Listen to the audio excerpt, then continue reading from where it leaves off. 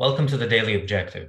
A couple of years ago, when the first COVID lockdown happened, and we, the Ayn Rand Center UK, quickly moved our events from in person to online. We started with doing Zoom calls, which we then put on YouTube, and we increased the number of events because we knew people, it would be helpful to people when they're all of a sudden locked down in their home.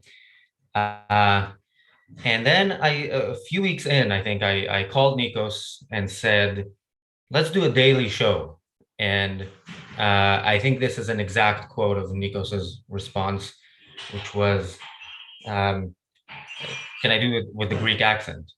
This is the worst idea I have ever heard in my life. That was Nikos's exact response. And of course, it took a while to convince him.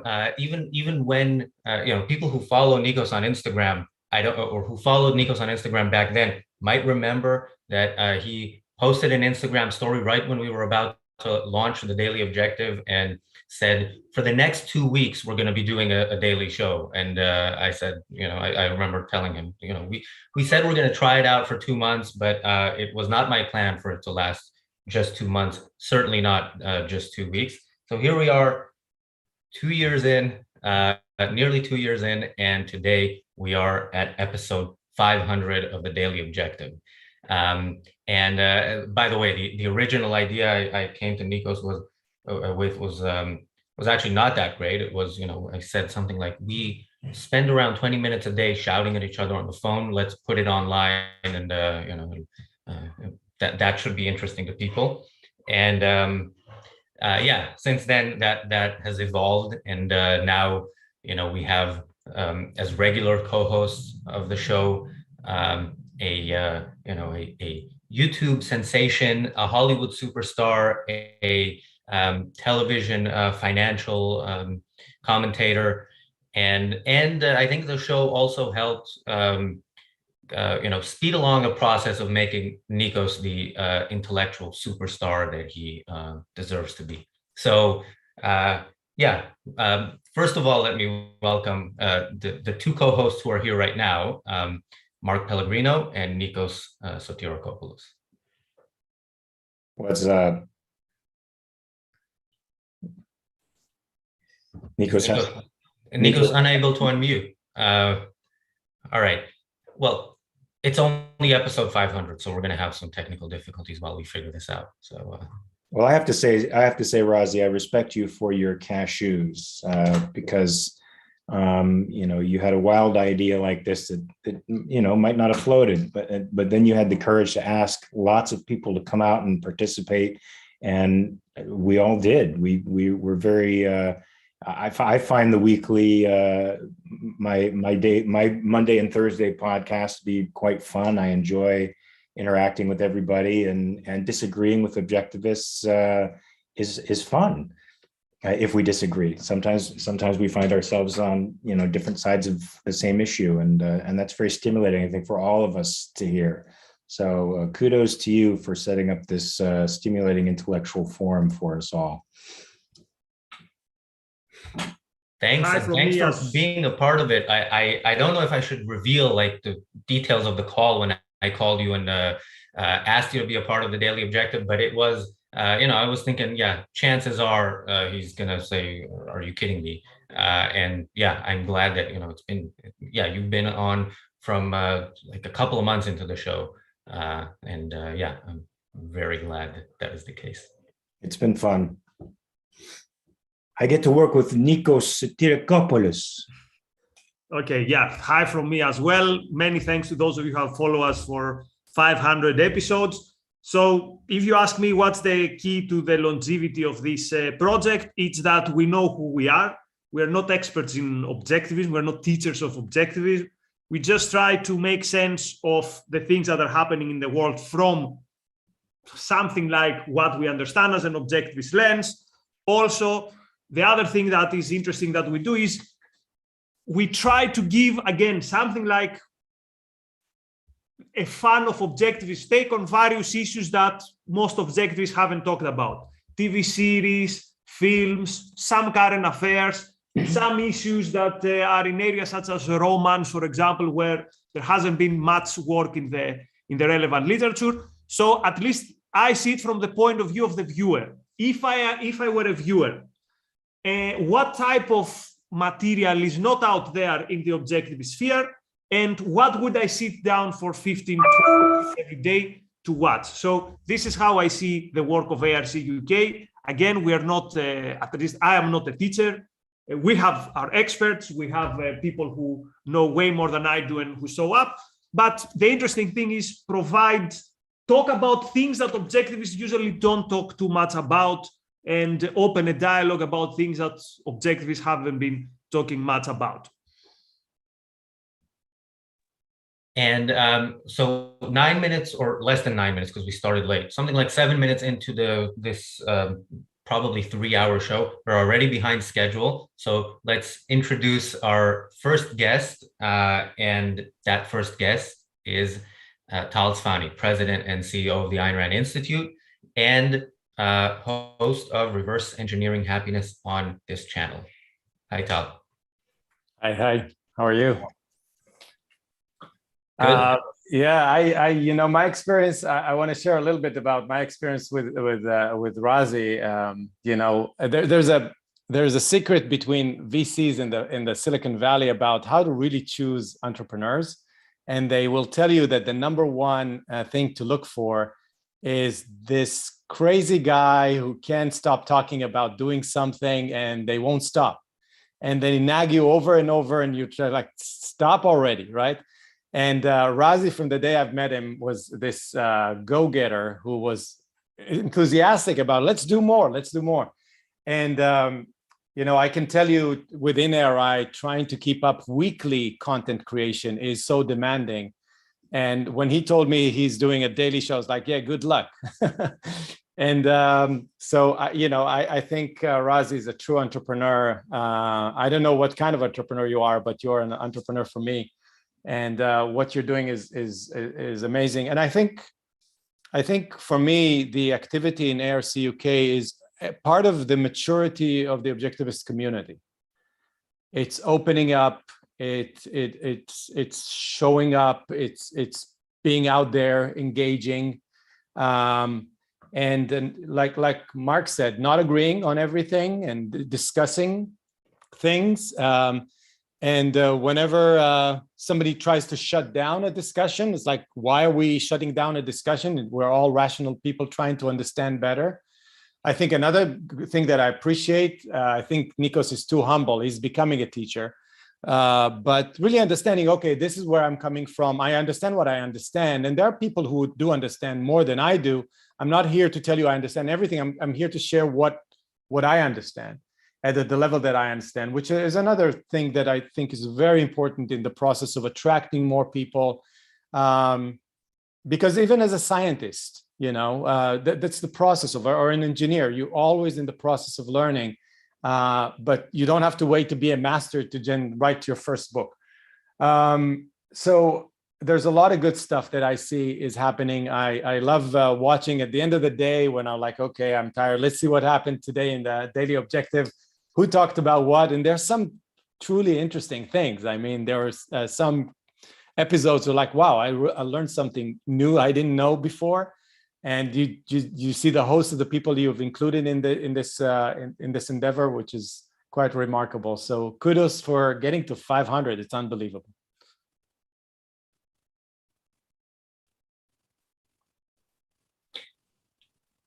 Yeah, I don't know if Nikos was about to say something, but thanks, Tal. That was I might make a short clip out of a few things you said in there and put it on our social media. And yeah, I mean, we would not be where we are today if it was not for the support of the Ayn Rand Institute and of you personally. So I appreciate it, and yeah, thanks for that.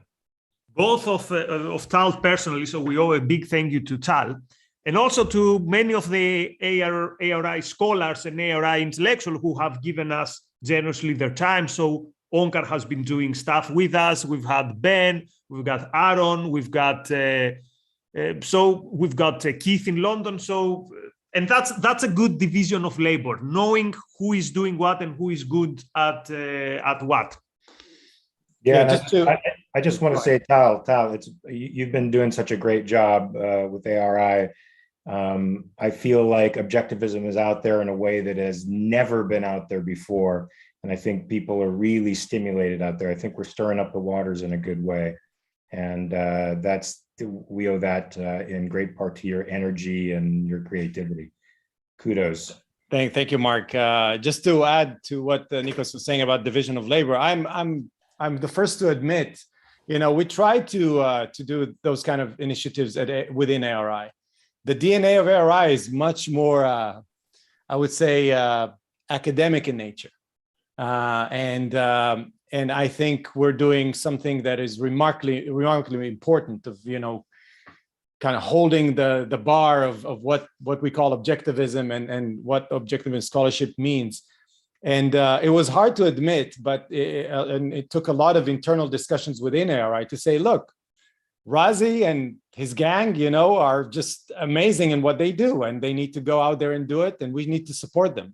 So I'm happy to support you, Razi, and I think you're leading all of this. I mean, the relentless attitude and energy that you're bringing to it is what drives all of it, and I hope you won't let this die anytime soon. So keep on pushing and recruiting so many. The faces that I can see. I don't know if the audience can see the faces here on Zoom, but it's just a remarkable collection of people, and they're all bringing different types of expertise. And I like the engagement. I like the friction, by the way, that I hear about that happens because of it. And it's like I said, part of the maturing of a movement. So a lot of good stuff.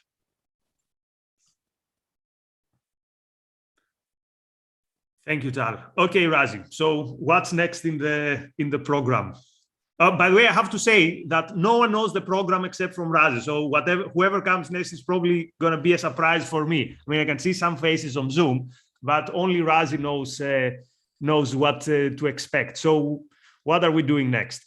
I have to say, I also don't really know the program. I have a list of who is supposed to be when, but and by the way, this is a part of, Don Watkins was chief intellectual strategist at ARCUK for 6 months. He's now full-time at ARI, but during those 6 months, he did make an impact, and a big part of that impact was the Daily Objective is now a much more organized show. I don't know if the world can see this, as much as we see it behind the scenes, but we actually, plan it out in advance. And today's show also, like I have, pretty much everything planned out, but if whether or not everything actually happens on time, well, we already said we're behind schedule, so I guess it won't be exactly on time, but yeah, so I can. Don Watkins will not be on this show today, but we should thank him for his work with ARCUK. And yes, we did have a guest scheduled who I think is going to be here any minute now. So Nikos and Mark, if you have anything to add while we wait for our guest. His internet he's having internet issues, so he will be here in any minute. Okay, yeah. So my favorite thing, if I have to choose, my favorite thing have been the movie reviews. And why is that? Because, for example, what did I appreciate as audience? I remember when I was consuming material by Yaron Brook, I liked when once every many months he would do a movie review. And think about when you were in your first steps, let's say in objectivism, when you are consuming everything that you can find, and you watch a movie, let's say Fight Club, and you wonder, what do objectivists say about Fight Club? Or has any objectivist spoke about Fight Club? And I'm very happy that the answer now is yes. Some objectivists have talking about Fight Club. There was this episode about John Gold versus Tyler Durden, and speak about the devil. Look who just showed up. So Razi, I'm giving the microphone back to you. Mark is the devil. I'm not the devil. You've got it all confused. Well, I was gonna say, if this show feels like it's also a little bit of a fundraiser, it absolutely is. And I was thinking, if we raise as much money during this episode as any given episode of the Yaron Brook show raises, I don't want to say by what percentage it will increase our annual budget, but it's a lot. And who better to help us with that than Yaron Brook himself? Hi, Yaron. Hey, how's it going? Good. How are you? Good. My internet was down. It just popped right back up. So here we are. Wow, it's quite a VIP panel you have on right now. That's impressive. Yeah, and there's more to come. By the way, the people on YouTube can't see everybody that you can see, but they will see everybody as we go along. So when Tal was talking, when I introduced him, I mentioned that he is also the host of Reverse Engineering Happiness on this channel. And you are also the host of a show that I like to say is on hiatus at the moment, Yaron Debates Europe. It's a pretty long hiatus. It's longer than actually the duration of the show so far. But yeah, I think that show, it was difficult to produce, which is a big part of why it's no longer on. But I think some of it, we definitely had some great debates there. And the reason I say it's on hiatus is because I think we, there is a way to do it right, and I'm hoping we will revisit that. Yeah, I'm looking forward to it. It was fun to do. I don't think in this case I was the talent that was being difficult, but or caused the show to be hard to produce. But I'm looking forward to resurrecting. So this is your 500th show. I mean, that's pretty amazing. How do you even know? I was looking on YouTube because I was trying to think, okay, how many shows have I done? I want to compare, and I can't figure it out. So I have no idea. But how long is 500 shows over what period of time, Razi? The first episode was June 5th, 2020. So yeah, we barely missed a day in the past couple of years. So that is really impressive. Since we have Yaron here, whenever I'm with Yaron, I try to absorb information. So Yaron, what's the key in doing content creation on objectivism, where the material is not, I'm going to teach you objectivist, but I'm going to use objectivism to comment on stuff. So how do you do it, and where do you assign your success? Well, I don't know what success means completely in this context, but I think the key is to have objectivism integrated into the way you think about the world, so that it's not like, okay, this is my opinion about, I don't know, what's happening in Ukraine. Now let me overlay objectivism onto it and try to integrate it. It's that hopefully my opinion about Ukraine already has the kind of objectivism integrated into it. And while periodically I'll try to bring out the philosophical principles behind it, hopefully most of my listeners get it from just, they see it, they see the analysis applied to this situation, and they start getting a theme implicitly, rather than me having to say, look, altruism, look, there's altruism.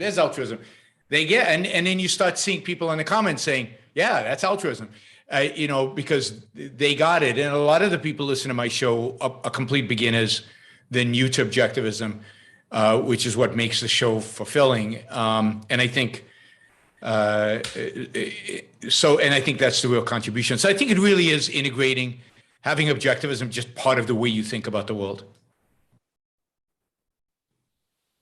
All right. And also, what about the continuity in terms of always coming with something original? I remember you were discussing with Razi, and you told him at some point, well, you've been doing this for like 3 months. Good luck trying to find material every day for years. So how do you choose your topics, and how do you decide what to do on? So for example, with Ukraine, at some point you did something on why we overestimate Russia or how Ukraine can win. So how can you come with original material when you return to similar themes? So for example, back in the day it was inequality, then Trump, then Ukraine.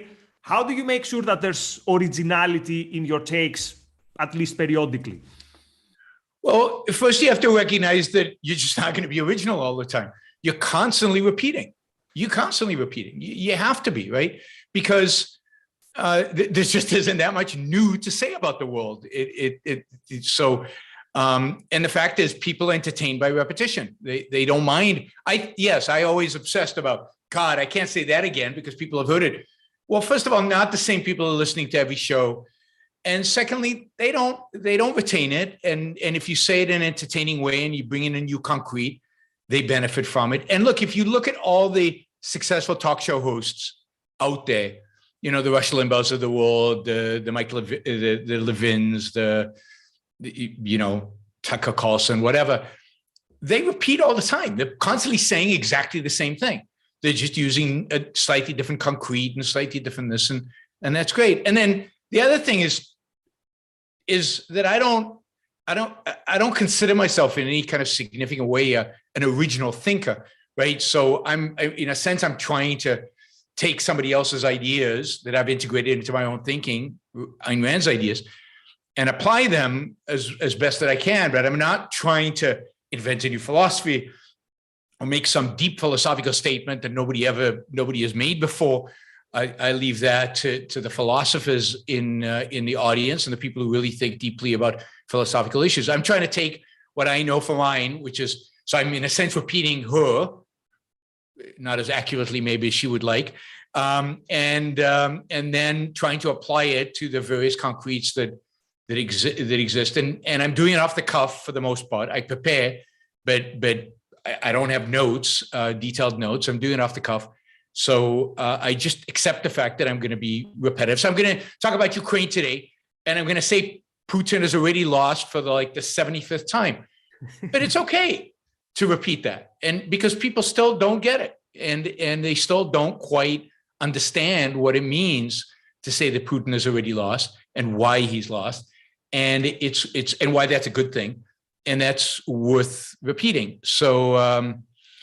Yes, I don't have a problem repeating. How do I find material? You know, you just have to open up, I don't know, I open up Google News. That's my kind of source for scanning the news, just going down the various headlines. And there's something to say, you know, you could do it off the cuff. I mean, there's something to say about every piece of news that's out. And whether it's interesting or not, it's not always, but we should have, if you've got objective, we're so different, we're so unique, we're so original, or Ayn was, and we're applying this unique and interesting philosophy, that we should have something interesting to say about every piece of news that's coming out. That's a good thing always to remember. We have a huge competitive advantage to everyone else, which is we have a philosophy which is unique and which is original. And for aspiring intellectuals, I would do that. I would open up the newspaper, the Wall Street Journal, New York Times. It doesn't matter what the newspaper is. It doesn't matter how biased it is. It doesn't matter any of that. And just scan the headlines and think, what do I have to say about this topic? What do I have to say about this topic that's a little different than what I hear on CNN and Fox and the rest of it? What is it that's my unique take on this particular thing? And run the exercise. It's a good kind of exercise to keep you fresh and to keep and to keep it interesting. Good. So there's no question Yaron is the yardstick to anyone who wants to create content in the objectivist movement. So well, you guys are beating me. You're doing something every day. That's, you know, I get sick and I don't do it for a while, and it's like, and I you know, so there's healthy competition going on here. But yeah, isn't it amazing that we now have, I mean, constantly I get complaints from people that there's too much content and they can't keep track of everything. And that while I'm doing my show, Harry might doing his, and there might be something else going on. You know, Robert, I think, has done some shows, Robert Nasir, who's on here. Maybe the rest of you can't see him, but Robert's doing a show, and there's so much going on that it's it's great. It's ridiculous and great. Now we just need to make sure now to get, the hundreds of thousands of people watching. Yeah, that's the thing. The reason sometimes I disagree with Razi, I don't like, quote, celebratory episodes, because I think if we were not in the hundreds of thousands, why do we celebrate? We should be doing much, much, much better, and we should be working much, much, much harder or more efficiently. Well, that's the next step. The next step is now that you've got the content being produced, the next step is to figure out marketing. We need, I think as a movement generally, we need to be putting real resources into how to market, because we've got, it's not just all the new content that's being produced. Think about all the available content of Leonard's that's now online, all the stuff at the University of Leonard's and other people. Think of all the Ayn Rand stuff that's online. And it's a tragedy that it's not being consumed by millions of people. And the challenge now, I think at the Institute, for you guys, for me, for everybody else, is how do we get the word out? How do we get the word out? Good. And how do we get more publicity? And it's all about publicity and marketing, and figuring out marketing is hard. And then hoping there's enough people in the world who are still sane enough to appreciate it. Maybe I'm a little pessimistic this afternoon, but I have to change my attitude by Ocon, because I'm giving a talk at Ocon on why I'm still an optimist. So I'm working on it. I'm going to try over the next month and a half to live up to the title of my talk. All right. You're an optimist because you live in Puerto Rico and not California. Yeah, that helps. The fact that the sun is shining and that I pay no taxes, and that for the most part, whatever politics happens in Puerto Rico, which I'm sure is bad, is all done in Spanish, and I don't understand a word of it. All of that helps a huge amount. So move to a foreign language country where you don't understand what's going on politically is my number one recommendation if you want to be optimistic about politics. All right, Yaron, I know you need to go, but thanks again for joining us. And Nikos and I definitely disagree on whether we should do episodes celebrating ourselves. I'm a big fan of them, even though I also want to get to hundreds of thousands of views. One of the reasons is because we have people like Yaron Brook, like Tal. Look, in the first three guests, it's a spoiler for who the next guest is, but the first three guests are 75% of all of ARI's CEOs in its history. So, there's. Well, that's not going to get you the hundreds of thousands. It's relying on stuff like that keeps us in low numbers. There has to be a way to break out from our little universe and go out into the world. The CEO of a major tech company just tweeted that he just read Atlas Shrugged, finally read Atlas Shrugged, and now he gets it, and it's great. He does the heroes he's not convinced of, but he thinks the villains. But just the fact that he did that, and then he said, "You cannot believe the number of people who privately communicated with me that Atlas Shrugged changed was a huge influence on their careers." So, and he has 250,000 Twitter followers. Those are the numbers we need. And when we get those numbers, we win. So, who's that tech guy? I don't know. I saw it like 10 minutes ago on Twitter. I can find it because I retweeted or did something. So it's in my feed somewhere.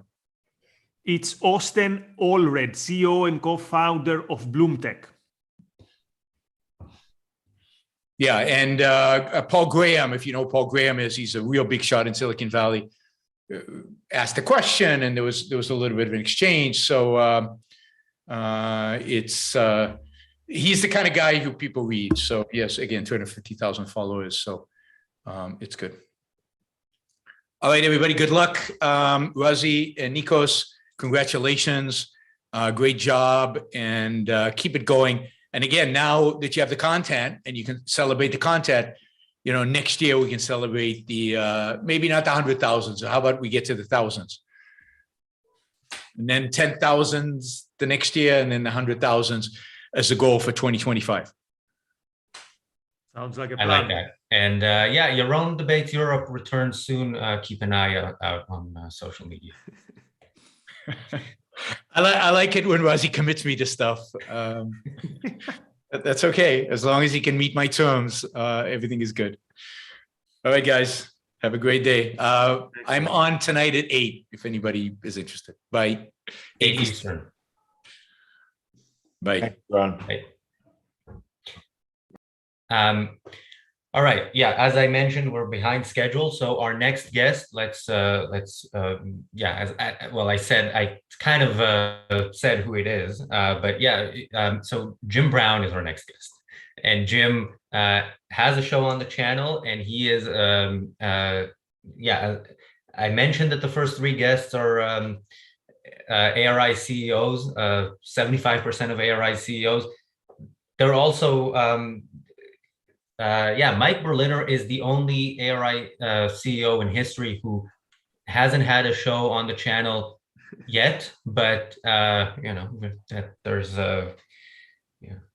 there's always hope to make that happen. But Jim, thank you for joining us.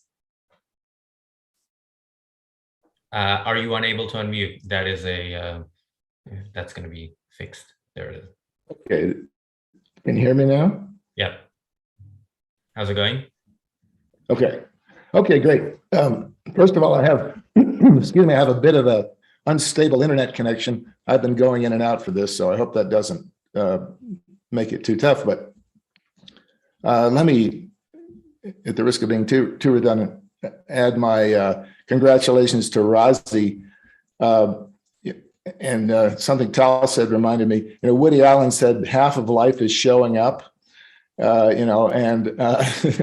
mean, that sounds trite, but it's not. It's true. Razi keeps coming back. He's persistent. I can't tell you how many times I've told him I didn't want to do this show anymore because I'm supposed to be retired, right? That's actually not the reason. I have another project, but I'm trying to integrate it with this. But Razi is persistent, and he's obviously, as far as I know, the driving force behind this. And so, good on you, Razi. And there's no doubt this wouldn't work without you. There's no doubt in my mind. Razi, let me just open real quickly, and I don't want to be brief. What I do is I do Finance Fridays, and I have a very particular interest, and that is money creation and its consequences. Now, how does that relate to objectivism? I think I can explain that pretty easy. But the way I see what I'm doing fitting into the entire, if you want to call it, objectivist movement, Tal laid out has laid out a very good new mission for ARI. I think it's exactly what ARI should be doing, and it's up to entrepreneurs like Razi, call them intellectual activists or organizers of intellectual activists, to apply and get the word out there. And we don't have to be perfect, intellectuals. We don't have to be professional philosophers. But what I do is I look at money creation and its consequences through an objectivist lens. Now, my idea and my mission is not to proselytize objectivism, but objectivism helps me understand what I am looking at. It is actually almost like a secret weapon that you can use to understand the world. That's why I think it's valuable to my interest in my. I write a separate Substack column. I've been writing it for a year. My idea is to grow the audience organically. I'm a terrible marketer. I don't know if I'm a great writer, but I'm a better writer than I'm a marketer, but it's growing organically anyway. I just publicize it as I can through LinkedIn and Twitter a little bit. Nobody follows me on Twitter, so if you want to follow me, please do. My view is that that no one understands money creation today. Everyone thinks that money is created in some way that it's actually not. All money creation today comes from pure credit creation. It's pure money out of thin air. Even the dollar bills that you hold in your hand had their origin in a bank as an imaginary fictitious deposit that eventually got reprocessed into a dollar bill with the help of the Federal Reserve. I won't go into it more than this, but people don't understand that. They don't understand that when they go to a bank and get a loan, they think they're borrowing someone else's money, and that's not true. The bank's creating new money for them to borrow, for them to use. Now, that just sounds shocking to maybe even some people on this forum, but that's actually factual. My view is that people don't understand money creation. They don't understand what banks do, and even more important, they don't understand how government policy and government regulatory agencies affect, nudge, and force the banking system into money creation, and that where that money creation goes first, who gets it first, has a huge impact on the economy. And further, that money creation is actually used as a weapon of the government, and increasingly is used as a weapon of public policy. This is accelerating, which we have seen in the last couple of years during COVID. So it was a very fortuitous time for me to launch my Substack column, because it's like a laboratory in which you can view the consequences of money creation in a concentrated petri dish and see exactly what happens when government does certain things. So my mission is to understand this better. I've gained some understanding over many years in the financial industry. I want to increase my understanding and pass it on to people, because number one, the value that it offers to other people is to, number one, understand the financial world you live in so that you can defend yourself against what's happening, financial repression that results from money creation. You can defend yourself and hopefully survive and even prosper in a difficult world. And then the second reason is, I guess if I'm speaking as a citizen, become a better voter. Improve the world you live in by being able to advocate and by being able to identify and vote for better political candidates who will support sounder money policies. So those are the two sort of cash values that you would get by studying what I'm doing. Now, the interesting part to me is that there's so much that you can say about current events and current affairs, current financial news, by studying money creation and its consequences, because it's everywhere. It's everywhere you look. It's every rock you look under. There's some relationship between money creation and every phenomenon, either good or bad, that you see in the financial world. Therefore, someone talked about running out of material earlier. I will never, ever run out of material. That is not a problem. My issue is to identify what seems most important, most interesting, and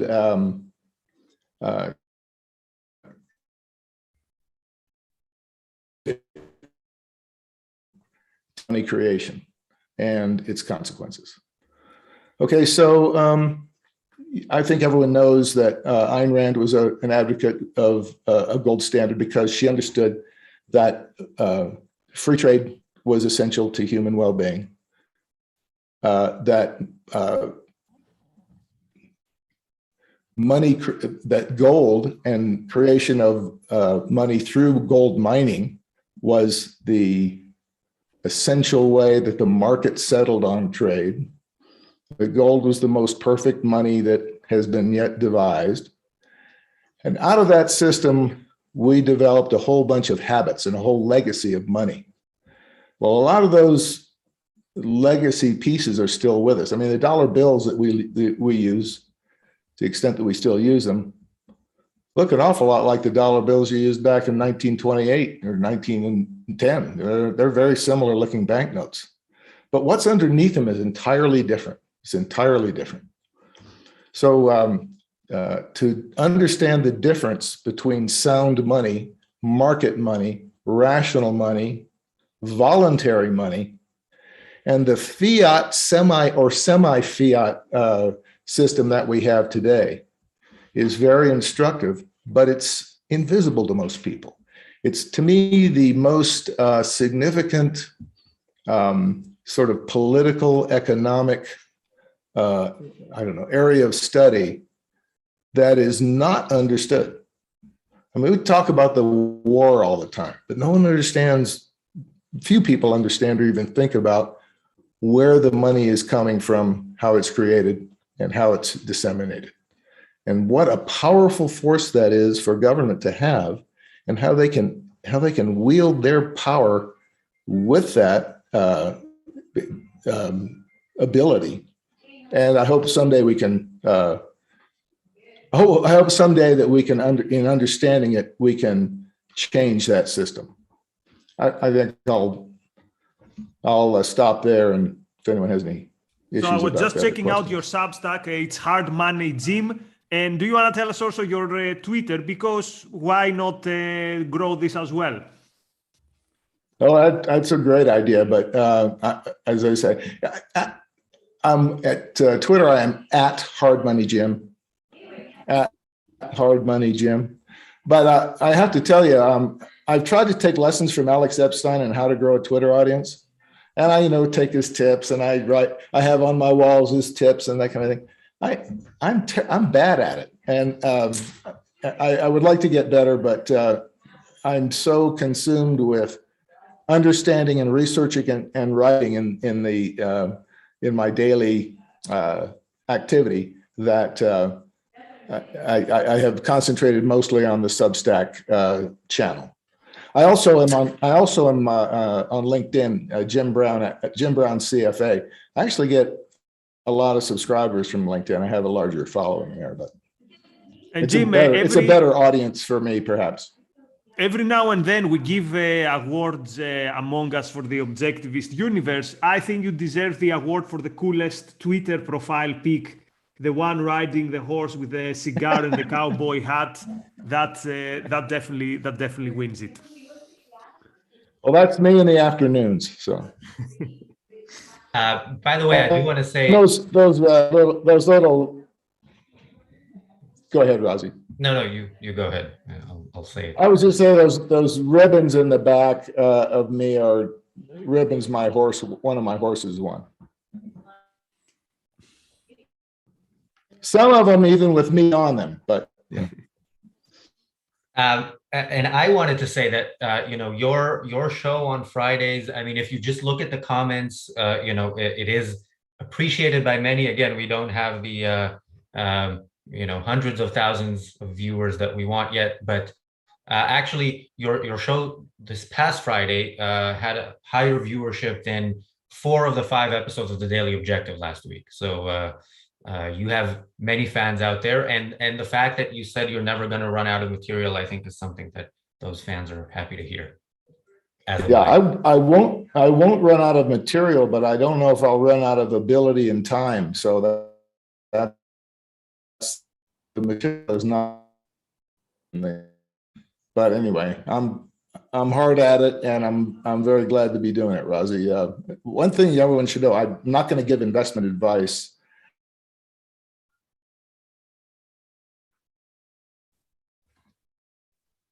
So we lost you. I don't know if you can hear me, but we lost you after I'm not going to give investment advice, which I think was the important part of that statement. Right.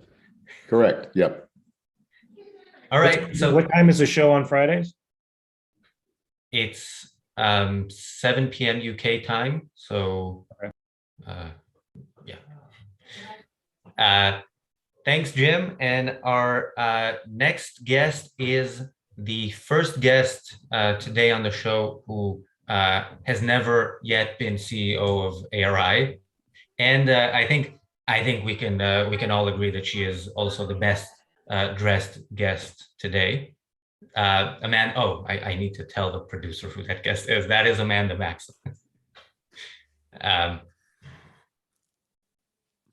Hey, Amanda. Now you should be able to unmute. Okay. Yeah, I was gonna say we're playing like Duck, Duck, Goose, only it's CEO, Amanda. This is why you all get up and like run and chase me around. Okay. Yeah, I was gonna say you are much like the previous guest. You were hosting a show that I also hope will come back soon, Reverse Engineering Happiness with Tal Tsfany. And that was on ARC UK's YouTube channel, and not on ARC UK's YouTube channel. You are the host of a show that I refer to as the Firefly of Objectivism, because it was a great show that ended way too soon.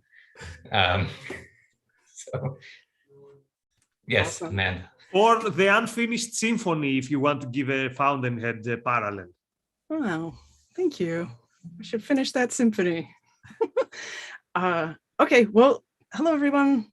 Thank you. Actually, Razi accidentally gave this T-shirt to me for free, so thank you for the shirt. Okay, so my mission in life, well, I'm still trying to figure it out. I'm one of these people, I'm working on my central purpose, but my mission in life, as far as I have it here in my iPhone notes, is to find and connect with heroes and to help amplify their passion. So that's what I want to do. And I've got a couple of ways for you to help me to do that. So one is the happiness team. If you haven't yet checked it out, it's at myhappiness.team. We're having a virtual conference or virtual workshop at the beginning of June. So go there and apply if you think, check it out. I'd love to see you there. Yeah, and Tal is he's the head of the happiness team. I think of Tal as sort of bursting with energy to tell everyone how he became a happy hero. And I love that. I've learned a lot from him and from being in the happiness team. And I want to see more people, figure out who they are and achieve what they, get what they want out of life, which is why it's so exciting for me to be a part of it. And yeah, so come check that out. And so let me tell people the immense value I got twice from Amanda. First was summer of 2020. It was one random event. It was like a meetup. I wasn't even supposed to present it, but then Razi couldn't do it.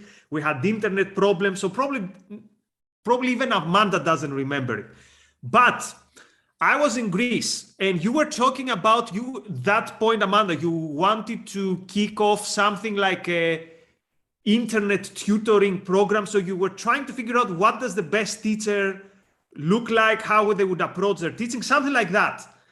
So for some very weird reason, this was the first time that I thought, why am I living somewhere that I don't want to live and going to an office, whereas I could do something like what Amanda is trying to do, which is be the master of your own time and be a teacher, but be a teacher in your own terms.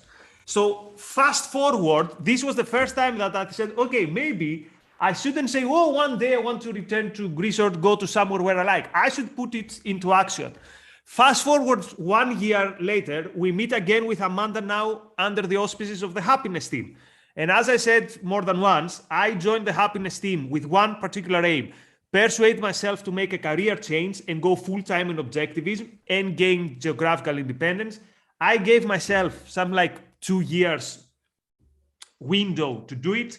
3 months after I joined the happiness team, I handed in my notice to my university and I signed a full-time contract with ARI. So Amanda, you've had a big impact, at least to one person. That person is me. So a big thank you. Probably again, last year, you probably don't even remember that episode, but for some reason, it had an effect on me. That is amazing to hear, Nikos, because you act like a hero and you definitely have the beard of a hero.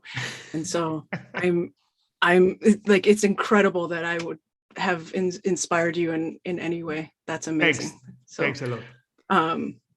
Yeah.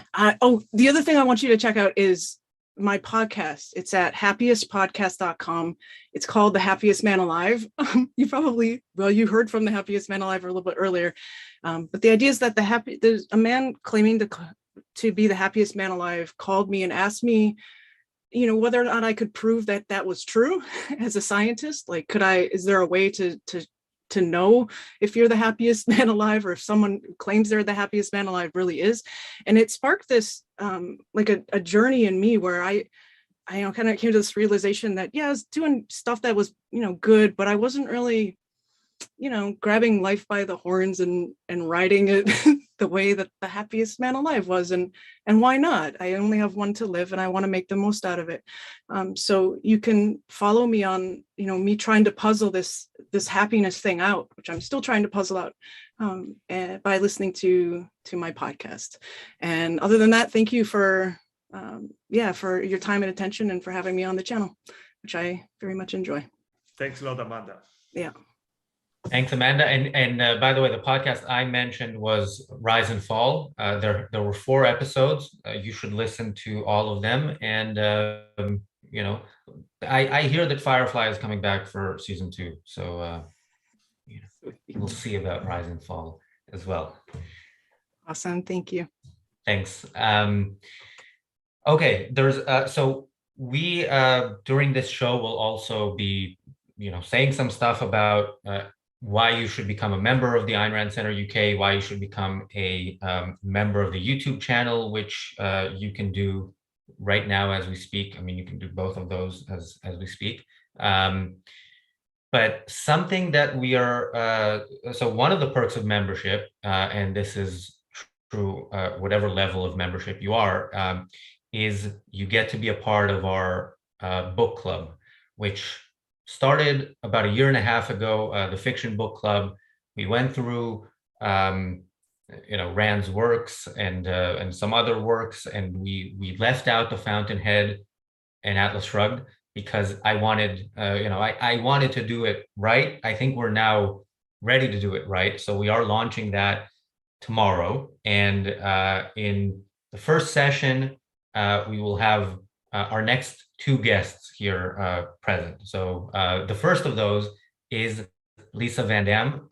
Now, Lisa, I'm sure you all know her, but she's also a co-host of a show on this channel, Enjoy Parenting. And other than tomorrow, Lisa, you will appear not on every session, but you will appear from time to time in the Fountainhead Book Club, which I'm looking forward to, and I'm sure everyone else is. Hi, Lisa. Hi. Yeah, I'm looking forward to having a conversation with adults and seeing how that differs from my years of teaching it to teens. I finished teaching it a couple of months ago, but just finished the students have all entered the Fountainhead essay contest this year. So though that's supposed to be for 11th and 12th graders, we get permission for our 8th graders to submit their essays to it. And we've had quite a few winners in the past, or at least people who have placed with honorable mentions. So it'll be fun to see.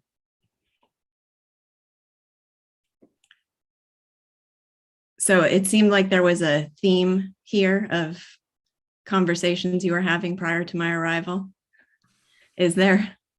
Well, the theme is ARCUK generally, but I think one of the great things that came out of ARCUK having this YouTube presence is you being a regular presence on the channel, having your own show, but also being on the Daily Objective from time to time and on Artful Tuesdays. And yeah, I really appreciate it. I hope you're enjoying it, and Well, I think my first invitation was to the celebration for Leonard Peikoff's birthday, which was an amazing way to get started. It was a thrill to be able to tell some of my stories and share my affection and profound admiration for Leonard.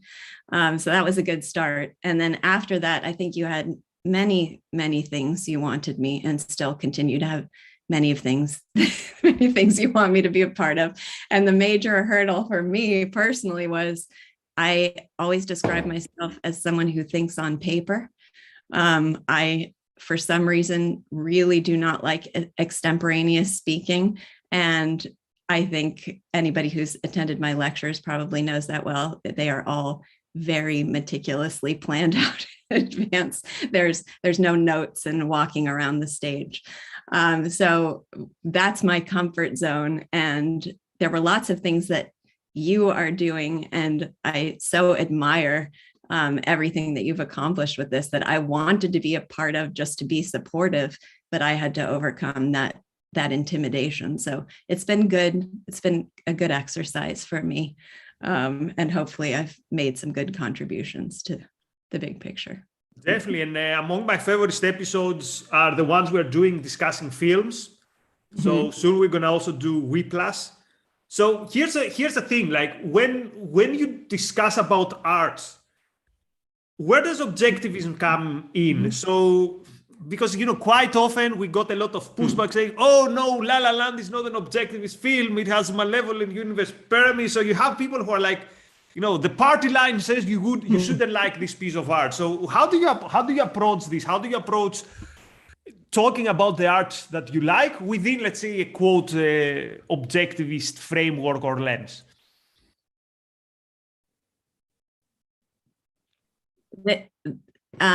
There's no one better than Leonard Peikoff on topics like this. So anybody who has that question, what value can I get from things that I'm not philosophically aligned with, just listen to his talk, The Survival Value of Great but Philosophically False Art. I think that's the title. It's a mouthful of a title, but I think that was the title. That was very eye-opening for me. I don't think I was somebody who was resistant to malevolent fiction or to fiction that I didn't agree with philosophically even prior to that, but there he helped really conceptualize what the value is. This just came up recently because in my Read With Me group, I'm leading through, Shoshana's nodding, she knows well. I'm leading people through a book called Tess of the D'Urbervilles, which is about the most malevolently fatalistic novel that's ever been written. And I'm strongly encouraging people to read and relish this novel. I love this novel so much, but it's absolutely.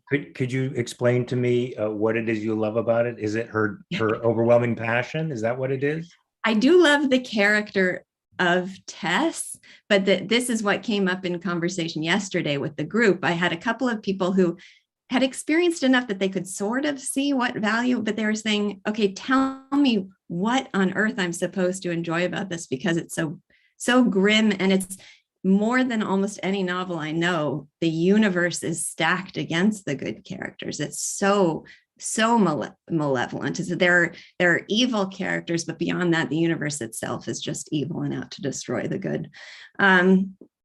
So I'll try to keep this very brief because I know you've got a lot of valuable people who you need to get talking here. But as Leonard does in his lecture, I tried to put it in terms of the lens that great authors can give you as opposed to what it is you're seeing through that lens. So it's the lens itself rather than what's on the other side of what it is that you're viewing. So because Thomas Hardy is a genius and an absolutely brilliant, insightful, astute thinker and writer, there's an enormous pleasure I get, and I think value I get from just viewing the world with his ability to distill things into essences. So what he ultimately distills it to on the whole might be something that I find sort of horrific in terms of his worldview or his philosophy of life. But there's so much along the way that's so beautiful and so insightful and has such a masterful use of language and description and is so illuminating both of kind of the philosophic questions that are important and illuminating of certain discrete insights within a whole that might be objectionable, that even though it's dark and unpleasant, there's a power that I feel like I get from that experience that makes tremendously enhances my the way I live my life. So that's a brief indication. I'm going to have to review the book. It's been a long time since I've read it.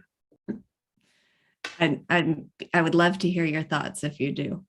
And our discussions that we've been having are available on the Read With Me app and on YouTube. So you can hear what we've had to say about it if you're interested. So yes, the parenting podcast has been a lot of fun. That's been a really, I don't fancy myself a parenting expert, although I do love parenting. And I think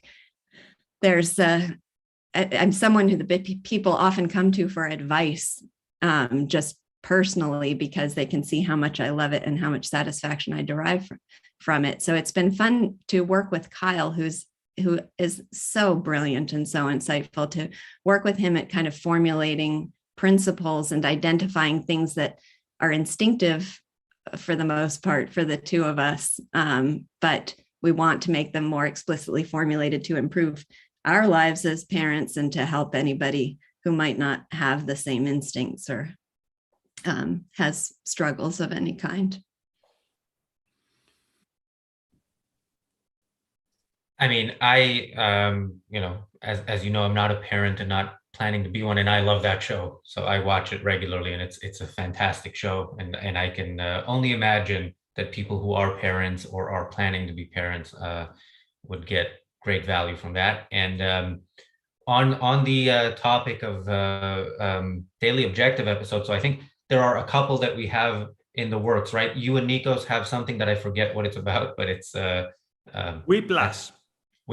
And also we have an episode that we're planning to do about the different TV shows about fraudsters or are they fraudsters? Are they not?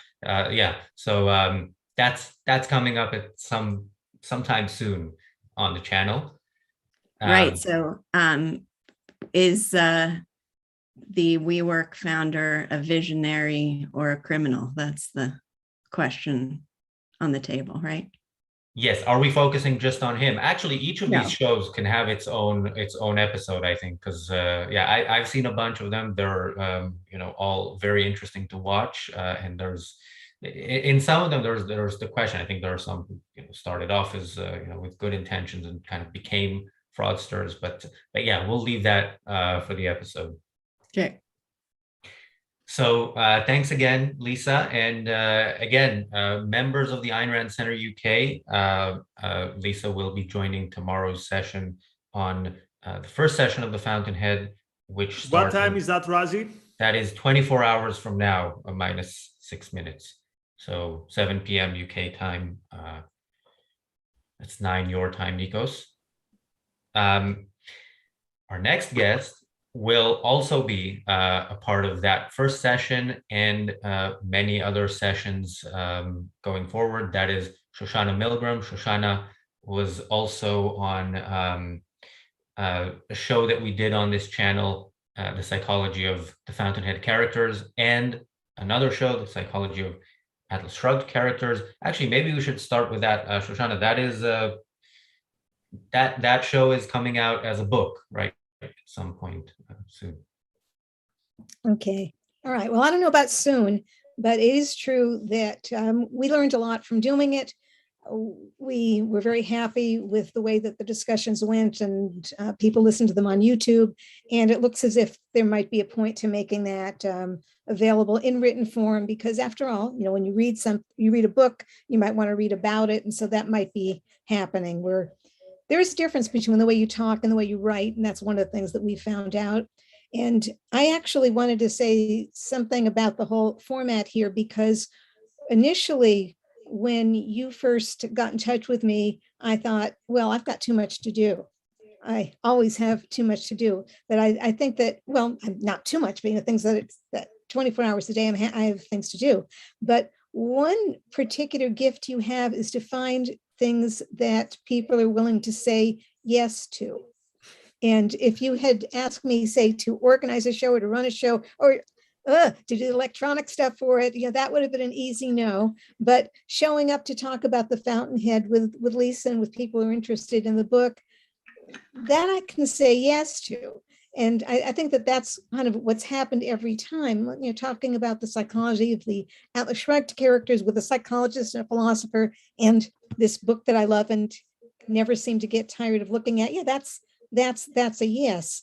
And the whole idea that we're here, well, there's a thinker, Joubert, who said that it's better to raise issues without settling them than to settle them without really raising them. And so there's a kind of exploration spirit, and that's a yes. That's interesting to me, and that questions can be discussed without the answers always being in the back of the book.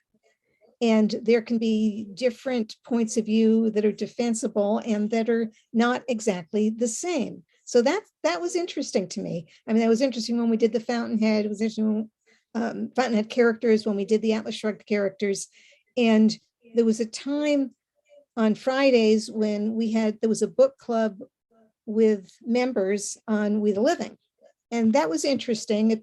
Again, I said yes. I thought I'll go to the first one, see how that goes. And that ended up being a highlight of my Fridays. In that semester, I wasn't teaching at the university on Fridays, so there was no conflict. And that was, spending more time with Ayn Rand's novels, because part of getting ready, I would read things again. That was interesting for me. And so tomorrow, we're going to have the Fountainhead. We are not running it. Someone else is doing electronic stuff and setting the structure and presumably doing the assignments. But I'll be looking over the beginning of it, and certainly always happy to answer questions, or to start answering questions and to turning them back to the people who ask the questions. And what do you think there? A point that Lisa made a minute ago about what do we get from literature that is not expressive necessarily of our philosophical values. Well, a lot of literature is even, literature that is 90% expressive. There's going to be 10% that isn't. You don't go to literature for a philosophical mirror, nor do you go to it as a how-to book. We know this, right? That you can't treat literature as if this is going to tell you everything that you go out tomorrow to do. But nonetheless, as Leonard Peikoff said in that lecture, and as I think we've all experienced, you do get something from being in the company of a great soul. And Thomas Hardy, unfortunately for him and for Tess and for other characters we love, he devoted his great soul to some problematic worldviews. I don't know. Well, what do you think? You think that Dominique, if she hadn't met Rourke and she just turned into a novelist, how do you think that would have worked out? I think those books would have been worth reading. Just saying, you would have said, oh. Ooh, I might disagree with that one. Yeah. Okay. You might disagree with that one. That would be good. That's a good thing to talk about. But I think that she's okay. But well, that's an interesting question, right? I was certainly not. I'd be very unhappy if Dominique were my own daughter. If that's the way she turned out. I probably wouldn't want Dominique as a roommate. I certainly would not want Dominique as a doctor, because the way she feels about life, you don't want her near any medical equipment. On the other hand, I think that she might get somewhere if she were writing a novel. Okay, because you saw from her writing, she's a very good writer. And you know what Ayn Rand said, myself in a bad mood. I think, Ayn Rand in a bad mood could still write good novels, just saying. So we'll have to get Dominique in here and see what novel she's writing. But I think that we could probably agree that someone, even with Dominique's view and in the early time of the novel before she's met Rourke and straightened out her view of the world, could be a creative genius and could create things worth reading, worth spending time with. And part of what I enjoy, Lisa was saying that she likes the idea of talking about literature to adults. I like talking about literature with people to whom I am not assigning grades and who I am not credentialing, because I don't think that particularly is conducive to having the best exploration of the literary texts. I mean, it's necessary in the setting that pays my bills, but it's not my favorite part. My favorite part is looking at books, and the closer we get, the better it looks, and the better we look, the more we see. You just understanding more of what we see, for good or for ill. It's understanding, and it's beneficial. That's what I like. Years ago, one of my daughters in school was asked, "What does your mother do?" And she said, my mommy likes reading books, writing about them, and helping other people understand and enjoy them. And I thought, yeah, that's pretty good. I'll put that on my CV. That's what I do. And this is a setting in which I can do that, and I enjoy doing it. And there's one more thing I think that's been fun for me, because I wouldn't be saying yes if it weren't fun for me, is there's even the Zoom thing, which we've all gotten tired of, and the flat screen and so on. It's nonetheless true that when I'm talking to my own little camera and to the faces out there, it's maybe something like what Ayn Rand wrote about just before Galt's speech, that it's not the tone of addressing a meeting, but the tone of addressing a mind, that each person, one person at a time can hear what I say, can ask me things. I'm not great at the multitasking of following up the questions in the chat, but sometimes, I see people, they write to me and I see them reacting, and that's fun for me. So, when I first heard Razi was going to ask me to do something, I thought, oh, I'm going to have to get ready to say say no nicely. And then somehow I ended up saying yes. And ever since then, it kind of turned into Ado Annie from Oklahoma, right? She's just a girl who can't say no. I can't sing it, but yeah, remember the song. So I've generally been saying yes. And so when I have other things to do, I can't, at the same time, I can't. As y'all know, outside the world of Harry Potter, we can't really be in two places at the same time. Okay, so, if I've got something else to do at the time things are scheduled, I can't show up, but I'll be able to do, some of the Fountainheads, not every Tuesday. And, what's the other thing that I've done that was fun that we didn't mention? With Kirk Barbera, we've been doing some plays, and some of them have been the 8th grade plays that, the lecture series that turns the book from Leonard, and that's great. And part of what we do is that we, in addition to engaging with it, we also are promoting it so other people will know about it. People might tune in to hear what we're saying about Don Carlos, and then who's this Leonard Peikoff they're talking about, and then they follow up with that. We think that's a good thing. And I picked out the Miracle Worker, even though that's not on the list. And this was, Kirk and I talk about it. Ann Chicolella has been there sometimes. I think, Lisa, you did the Antigone, which is good.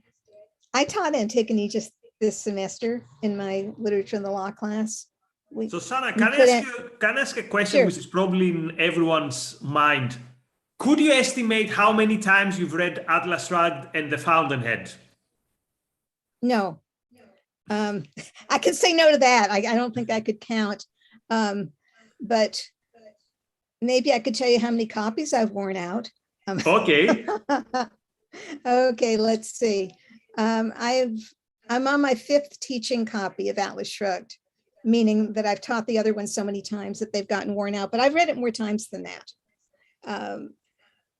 you've probably heard the story about the first time I read Atlas Shrugged. It was right after my freshman year, and I met some objectivists, and I was astonished to find out that there were so many things I didn't know. I used the word concept. I was told, you don't know what a concept is. It turned out I really didn't know what a concept was, but I wanted to find out, and I was told I've got to read Atlas Shrugged right away. And the first time I read it, somehow it took me only 48 hours. And I don't think that I did anything else but read, but I did not skip anything. I did not skip the speech.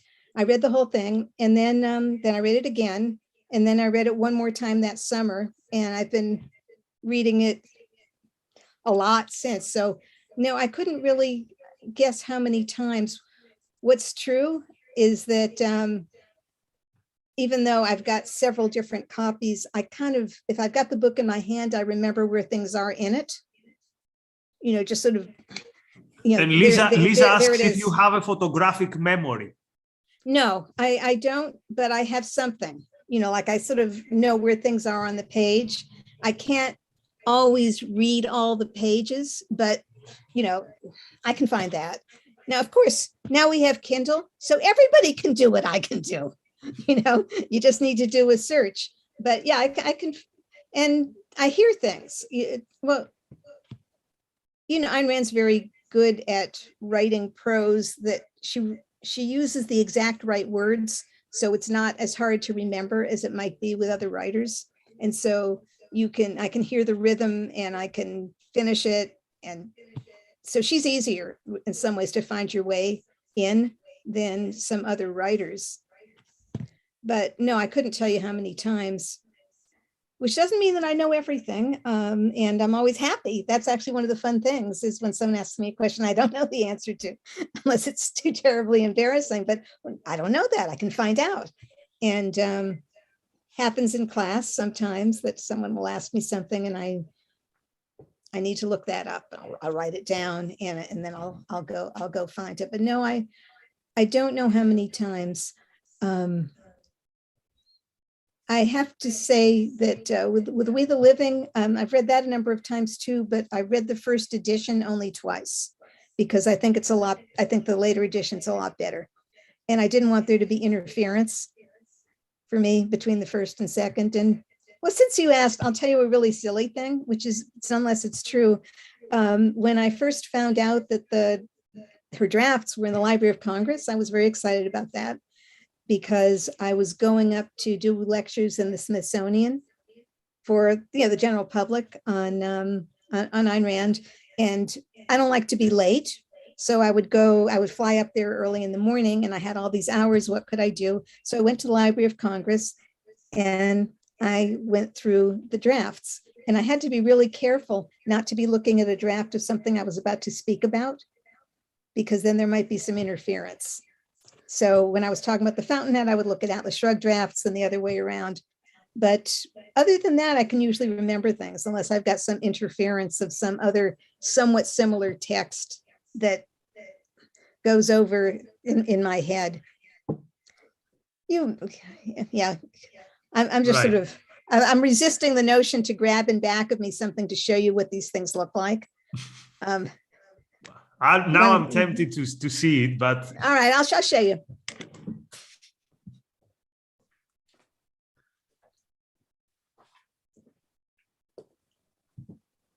All right, this is, well, my other hat when I'm not having fun here is that, I work on Ayn Rand's life and her creation and so on. And this is something I've been looking at.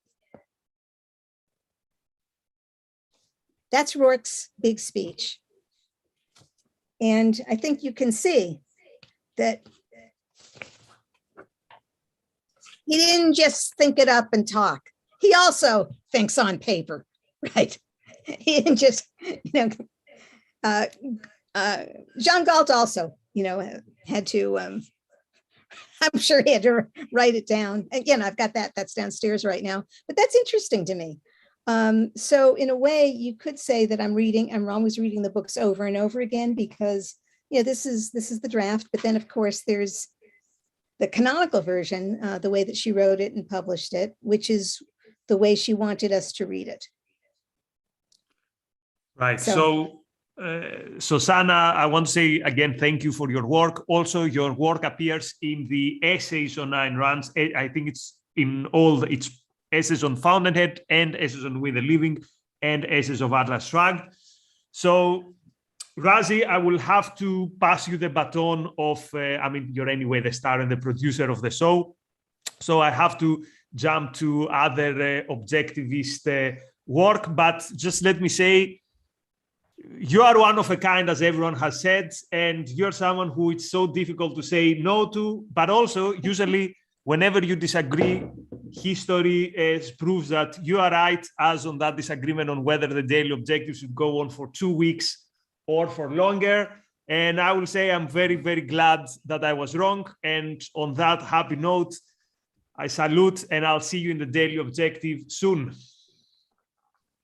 Thank you, Nikos, and thank you, Shoshana, and we will see you tomorrow at the session on the Fountainhead, which, by the way, is planned to be 2 hours long. I don't know if every session will be 2 hours long, but it might. So we'll discuss the show about Rand's essays, which is on Tuesday later on this show. But that is going to move to 9 p.m. UK time, so that if we do have to run for 2 hours with the Fountainhead group, we can.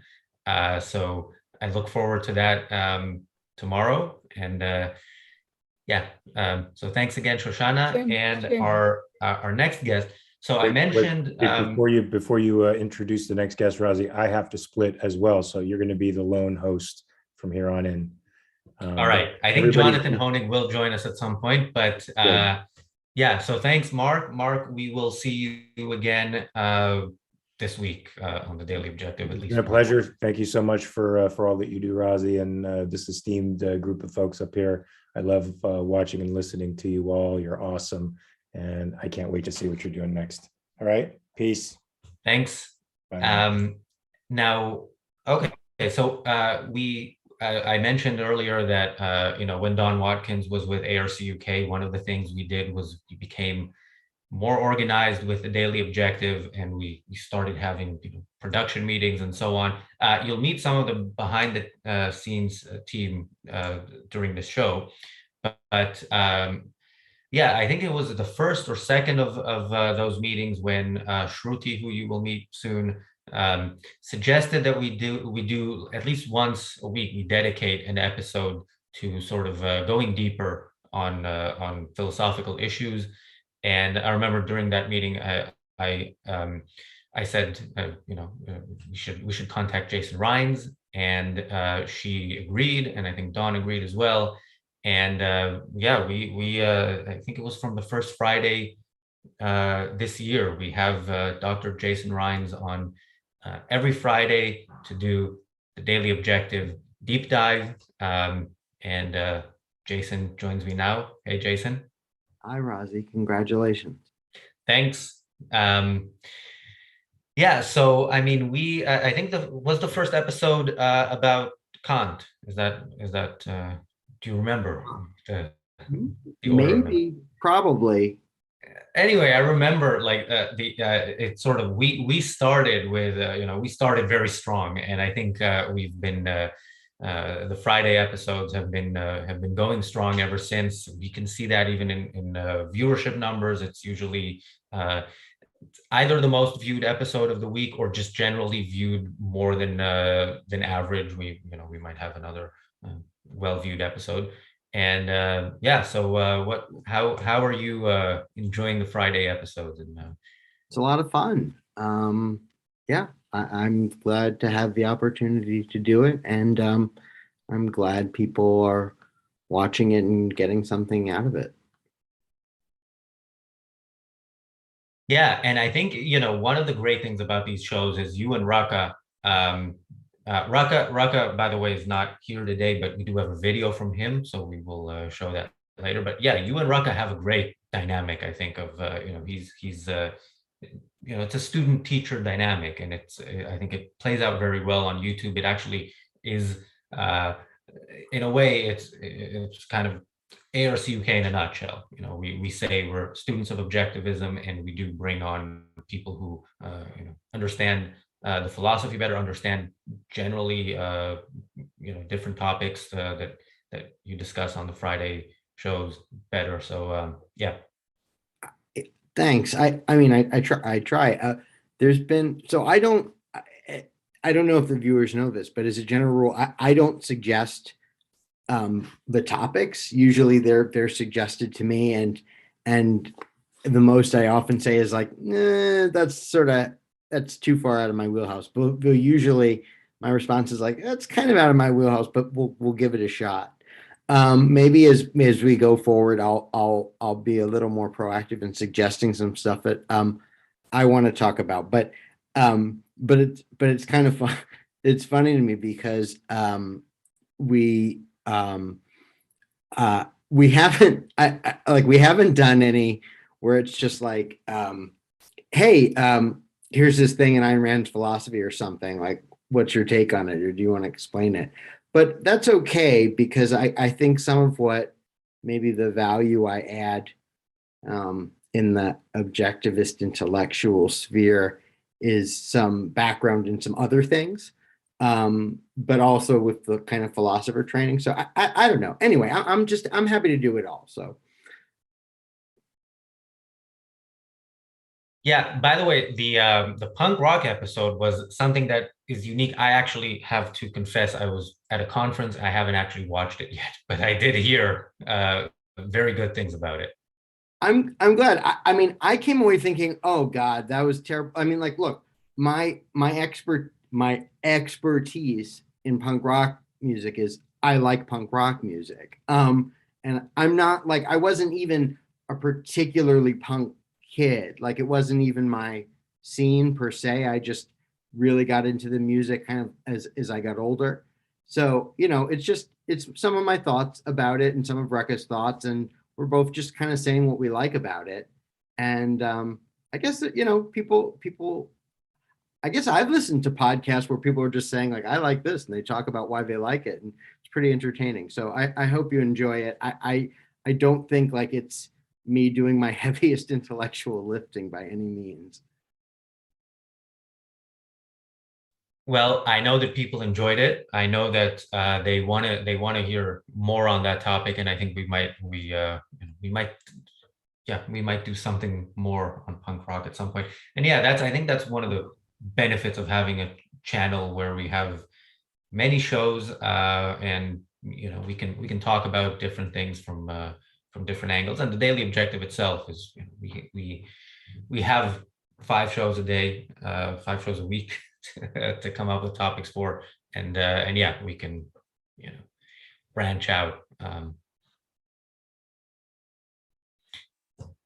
So yeah, thanks Jason. I think this Friday it's you and Nikos, if I'm not mistaken. Do you know what we're going to be doing?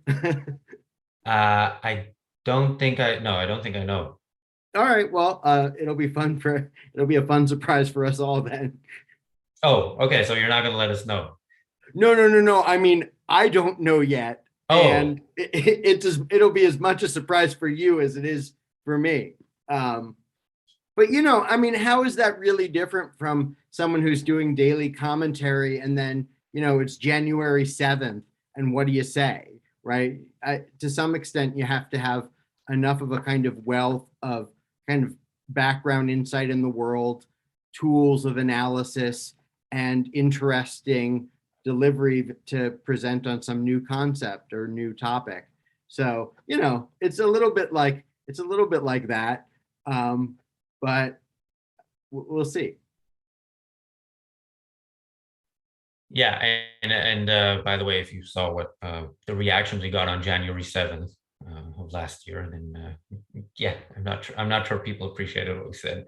But anyway, that's today is the one day I'm going to try not to trigger any parts of our audience. Thanks again, Jason. And so I mentioned we're gonna sort of talk about some of the things that you get as part of ARCUK membership, ARCUK's YouTube membership, channel membership. And so I'm going to be joined now by Tom Nowak, who will be presenting something new that people will get as part of, as part of their YouTube membership. Tom. Thanks, Razi. Congrats on the 500th episode. Thanks. So as part of our expanding offerings to our members, we want to provide something to our YouTube ARCUK members, as well as our gold and above members. So I'm going to show that now. What we thought when we were creating this was we wanted a space where our members could continue the discussion after our videos, without resorting to just comments on YouTube videos that never get responded to. So I'm going to share my screen. So starting today, we now have a Discord server that's available to our YouTube members and our gold and above members. So this is a space where people can post in a forum-like environment where you can chat with other members, discuss the video content that's being posted, and ask questions to ARCUK staff. So I'm just going to go through it. It's fairly empty now because we haven't invited anyone to it yet, but we expect a lot of discussion, especially after our videos are posted on YouTube. So the first thing you'll see is announcements that we make. If you can keep this in your notifications tab if you ever want to know new things going on. There's resources you can check out. We also post answers to frequently asked questions for ARCUK. Then within our member content area, there's a free-form discussion area where anyone can talk about anything. So this is going to be very live when everyone gets invited. There's a video discussion channel. So after our YouTube videos are posted, you can start a thread on any of the video episodes and discuss the content more in depth. So an example here is something was posted on the weekend, a clip of James, and Daniel and I are saying that James is so cool and he's always right. So that's just an example. You can also promote your own content and links here. We have a channel if you'd like to show your wares or just links that you think are really cool. I've posted some YouTube videos that I think are pretty inspiring. There's a suggestion box that is private. So if you have suggestions for future ARCUK content, whether that's an episode title or episode content or just a new feature you'd like, please give us a suggestion. And there's also an Ask the Experts thread. So you can submit a question to any of our recurring ARCUK guests, and we will look at these. And the next time the guest is on our channel, you might hear your question asked. So we're going to be posting this link, I think, imminently to our YouTube members, and then to our gold and above members, you'll be getting an email within the next week that gives you access. Thanks, Razi. That's it. Any questions?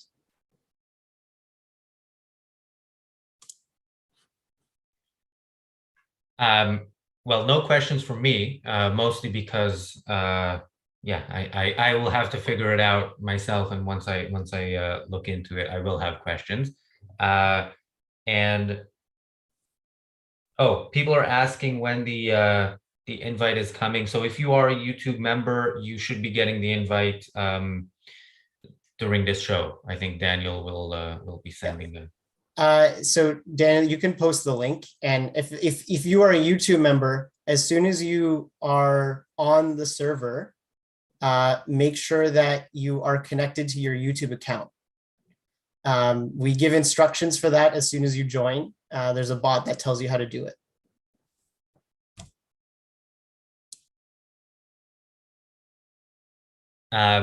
Yeah, that's great. And yeah, Daniel asks, but I think it's just a surprise rhetorical question about Discord having a light mode. Yeah, that's kind of the one thing I remember from Discord is it's always in dark mode. So it's good to know that. Yeah, people don't use light mode because it catches the bugs. So yeah. All right, that's all. Thanks, Razi. Appreciate it. Thanks. Our next guest is Gena Gorlin. Gena, hi. Wait, let's have you added to the channel so that not just people on the Zoom call can see you. Hey, are you able to unmute, or do I need to? I believe so. Hello, hello. Hey. Hey, thanks for having me. Yeah, thanks for joining. Call in person. Sure. So yeah, I remember I probably shouldn't do the whole thing about the awards and stuff, right? People have heard that enough. I suspect so. But yeah, well, one thing I will say is, our best attended in-person event ever was your talk in September of 2019, which you did on your honeymoon, which I really appreciate. And it was a highlight. And yeah, you were recently in London as well when we had the pre-conference kind of conference that ARCUK ran before the Ayn Rand Institute's Ayn Rand Con Europe. Yeah, any thoughts you want to share on that, on the recent visit to London? And I know you're also now visiting London frequently, which is something we all appreciate. Hope to. Yeah, I mean, I think the main reason I was happy to accept the offer to come and do this little 5-minute spiel is because I was so pleasantly surprised when I was in London, and just how many people are here in our community, one way or another, because of you, Razi, and because of your efforts to foment the interest in the community kind of within London, but also just more globally in the world. Just how many cool people had retraced their steps either to an event that they saw that ARCUK was putting on, or a random YouTube video featuring Raqqa, and realizing, wait a minute, what? He's into Rand, and finding their way circuitously to one of your events. So I'm really happy that you're doing this great work and that the community is really thriving thanks to your efforts. So I thought it was only fair to acknowledge that and recognize it. Thanks, I appreciate that. And I told you, when you were here in London, it was basically I like to aim high with things. I think it was a bit too much, because we did try to do we tried to do more than we have the capacity to do. And I told you one of the saddest things for me that week was actually you had a workshop which I couldn't attend because I was busy, but, which I forgave without any without any resentment.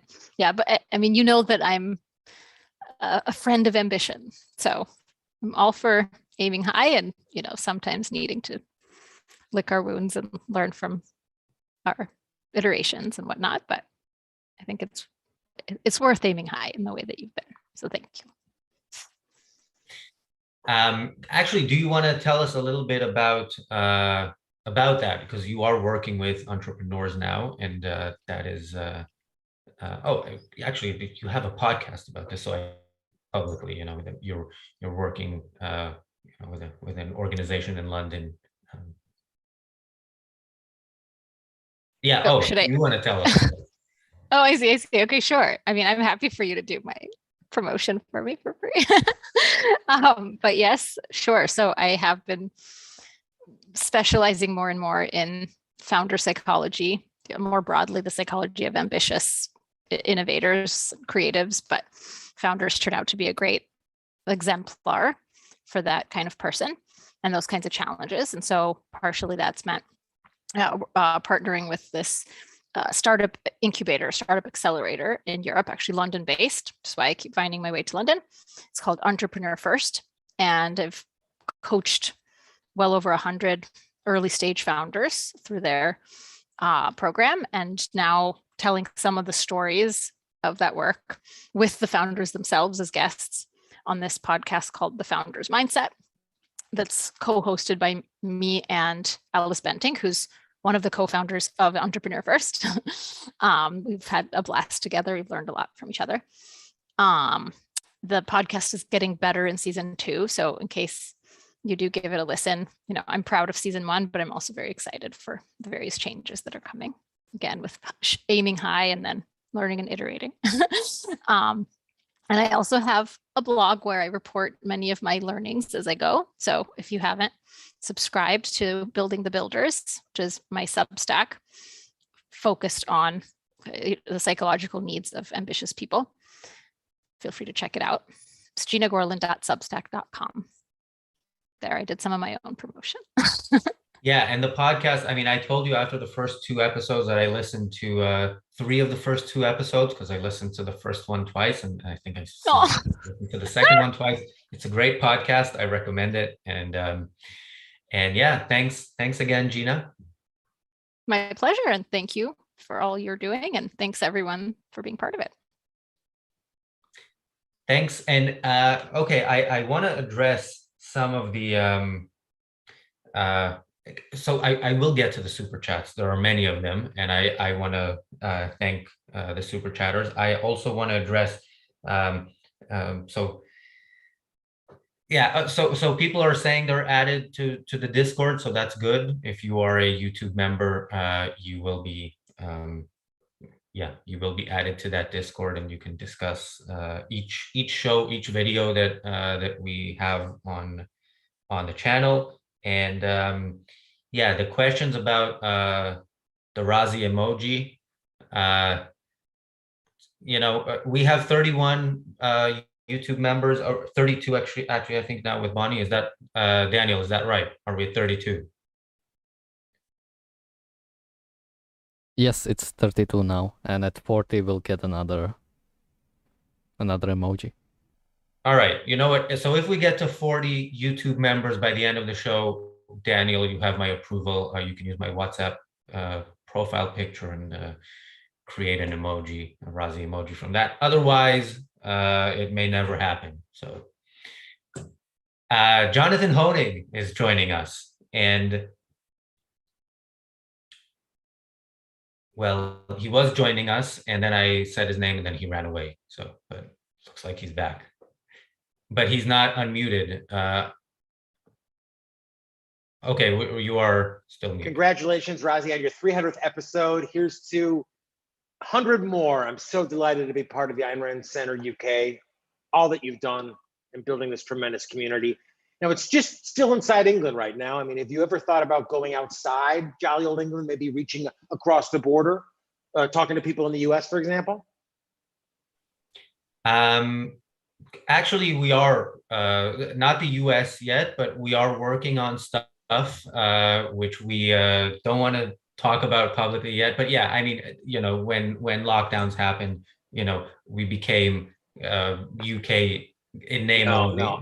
Of course, I'm pulling your leg, Razi. What you've built, just echoing so many of the other contributors and participants' sentiments. What you've built is truly amazing. And I was skeptical. I thought it was really ambitious to build what you've done, which is a global community of students of objectivism. It's so fun, selfishly fun to be part of it. So thank you for doing it. I'm happy to support it, happy to be part of it, and look forward to expanding it even more in the months and years ahead. You've created something that really has tremendous momentum, and I've come to just enjoy so many of our supporters, our friends, Apollo and Bonnie and Ali and Christopher and so many of the just supporters. So thanks to you and thanks to them for making this all possible. Thanks, Jonathan. And people mentioned before, I think it was a bit of an exaggeration, but that I, get people to say yes to things. And I think the most difficult yes I ever got was your approval for what I think we can all agree is the greatest T-shirt ever made. So thank you for that. Yes. Well, it wasn't a big seller, as I'm told, but that's how you establish a cult following. So I was happy to be part of that as well. You're building that buzz that only erupts 10, 15 years down the line.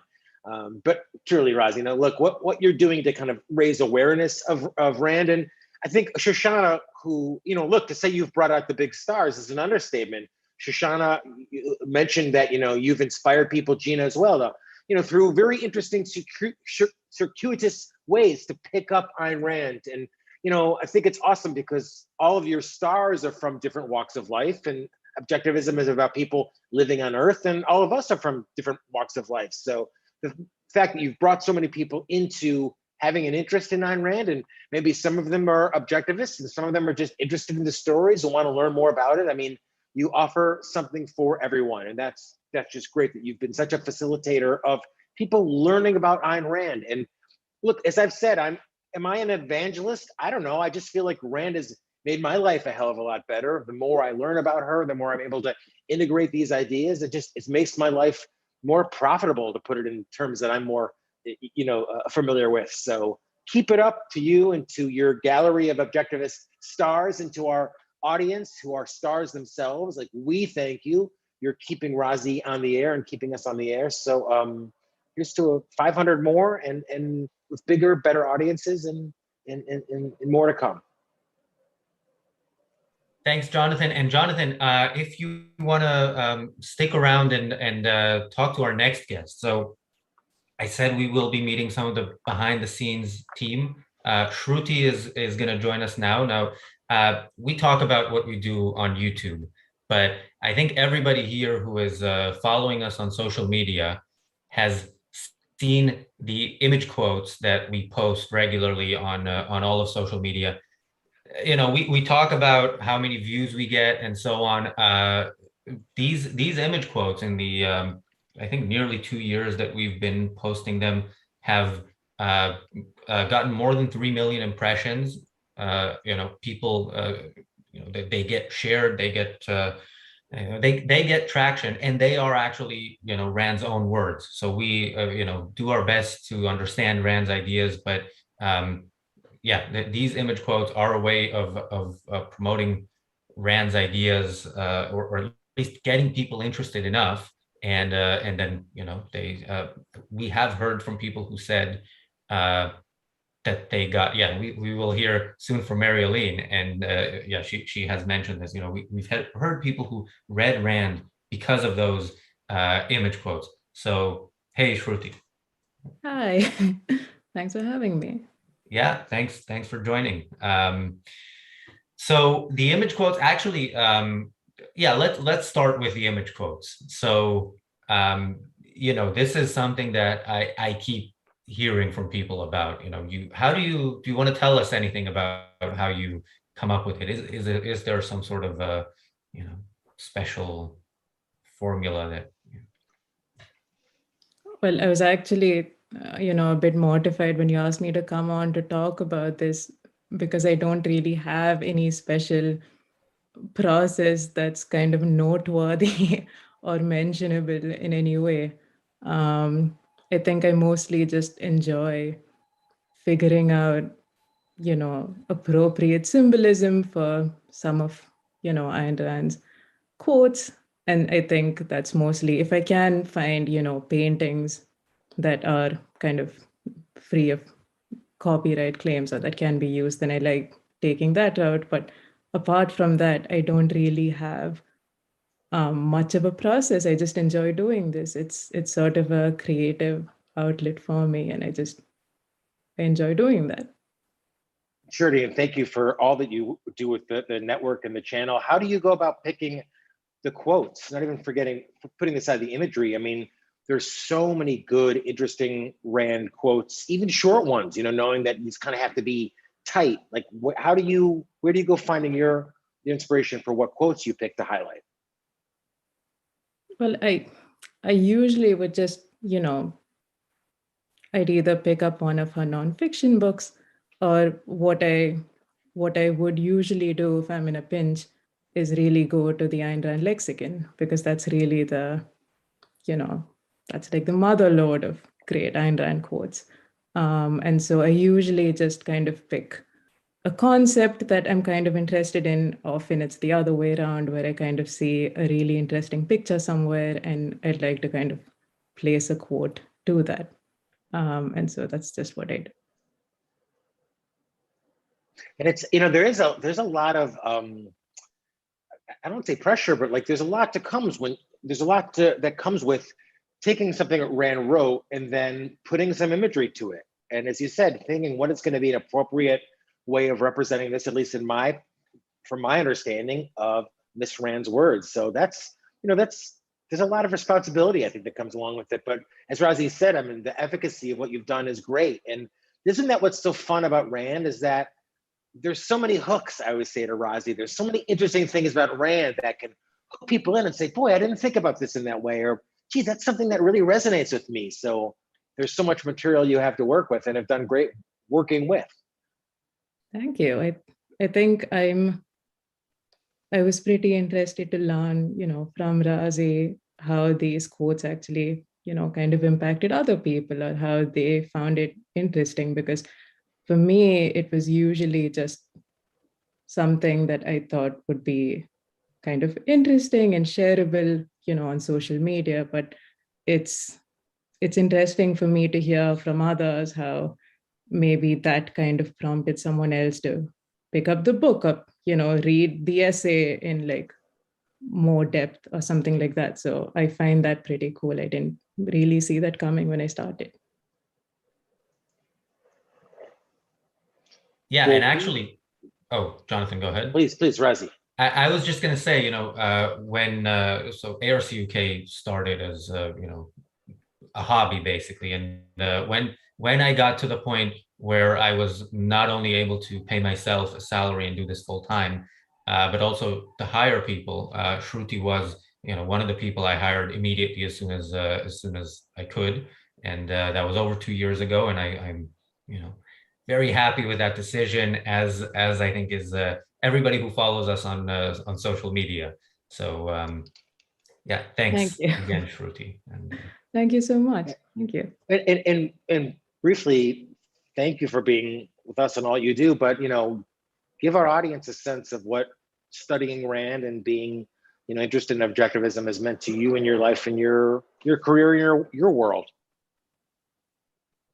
Well, that's kind of in many ways it's just super personal, but I think most of my interest, and I'm still kind of working on defining this for myself better, but most of my interests really lie at the intersection of philosophy and psychology. And I think I just get so frequently excited and impressed by the implications of a philosophy on issues in psychology, including what it means or looks like to have a healthy psychology. So the things that she said about self-esteem or courage or ambition, as Gena mentioned, and just the values of character you need to live a good life. And so that's kind of what impacted me personally, and that's what I'm working on learning more about right now and writing about a little bit. Love it. Wonderful. Well, thank you so much. Thanks, Shruti. And so some other people I'd like the world to meet are the people who support ARCUK, make it possible for us to do what we do, and actually support us. Our biggest supporters financially support us in other ways as well. So Eyal is, I believe, here. He will be joining us now. Hey, Eyal. Hey, hello. Can you hear me? Yeah. So, do you want to tell us a bit about your journey with ARCUK, why you're supporting ARCUK, and of course, you're now also helping us behind the scenes as well? Sure. So I wrote a few things down. I'm wondering if right now you can still see me as I'm reading it. No, we can't see you when you're reading it. Okay. But yeah, if that's the price to pay, I'd like to hear what's written down. Now we can't hear you either.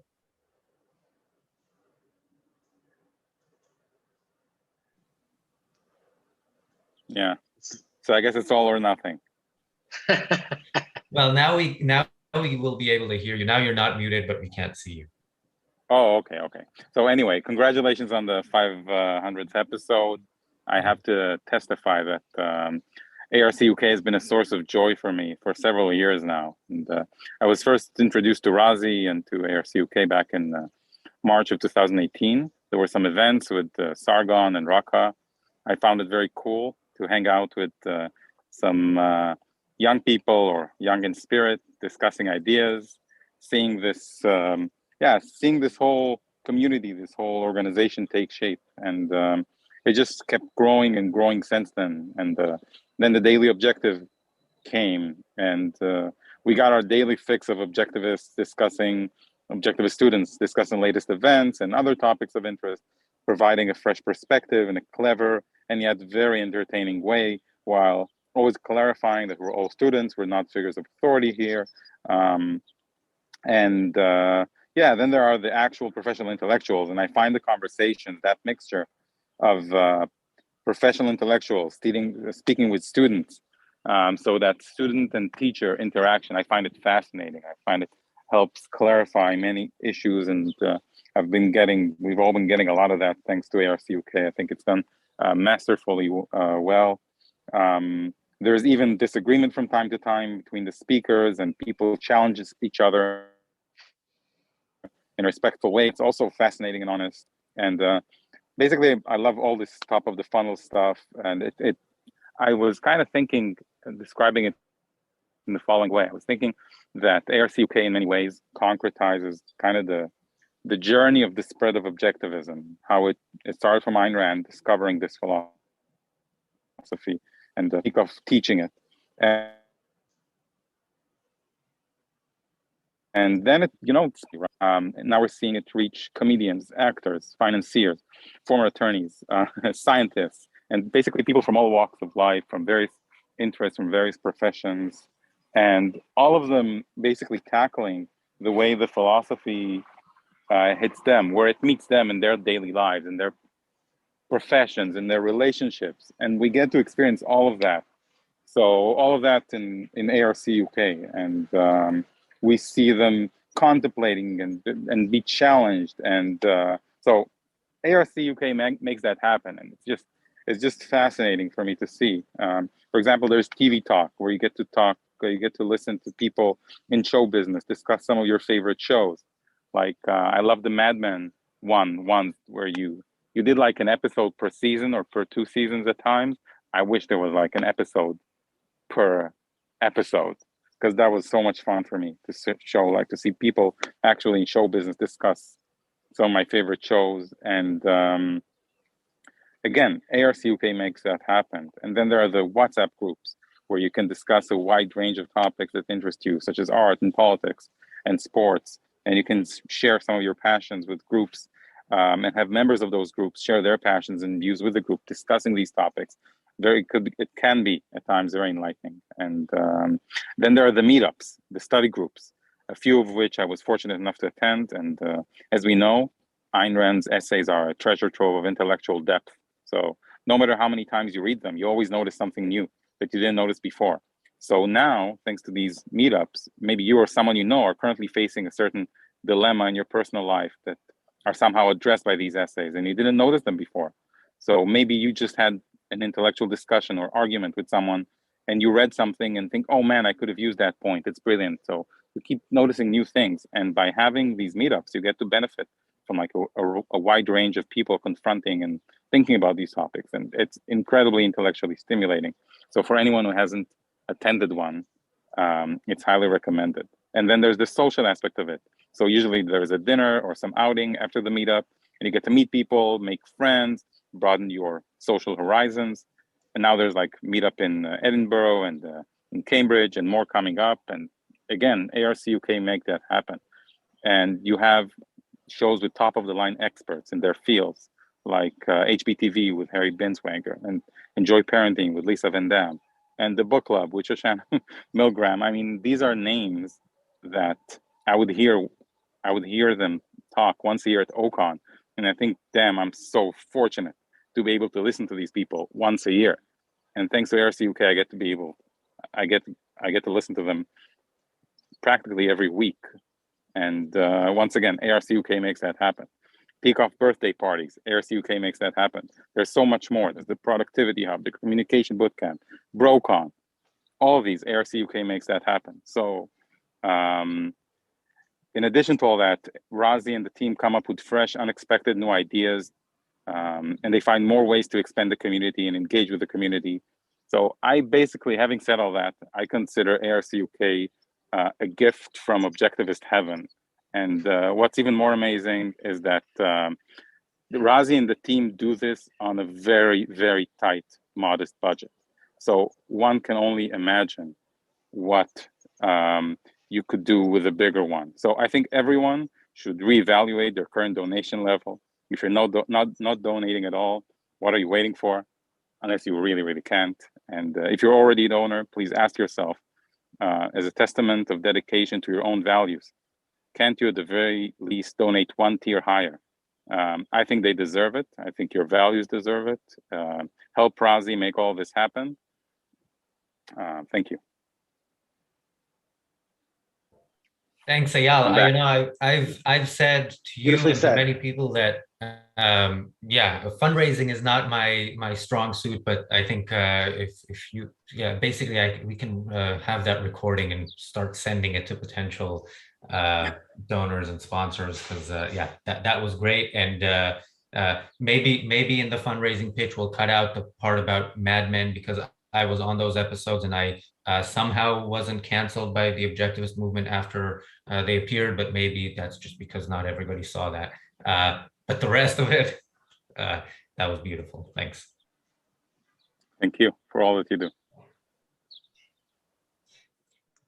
I'll just say, Razi, it was so beautifully said and such a wonderful tribute to you. I know it's echoed by so many people in the super chats. Please keep those coming. You know, as Eyal said, if you've only given £1 in the past, throw Razi £5 now. If you've given £5 in the past, now's a great time to kind of throw Razi 10 or 15 pounds.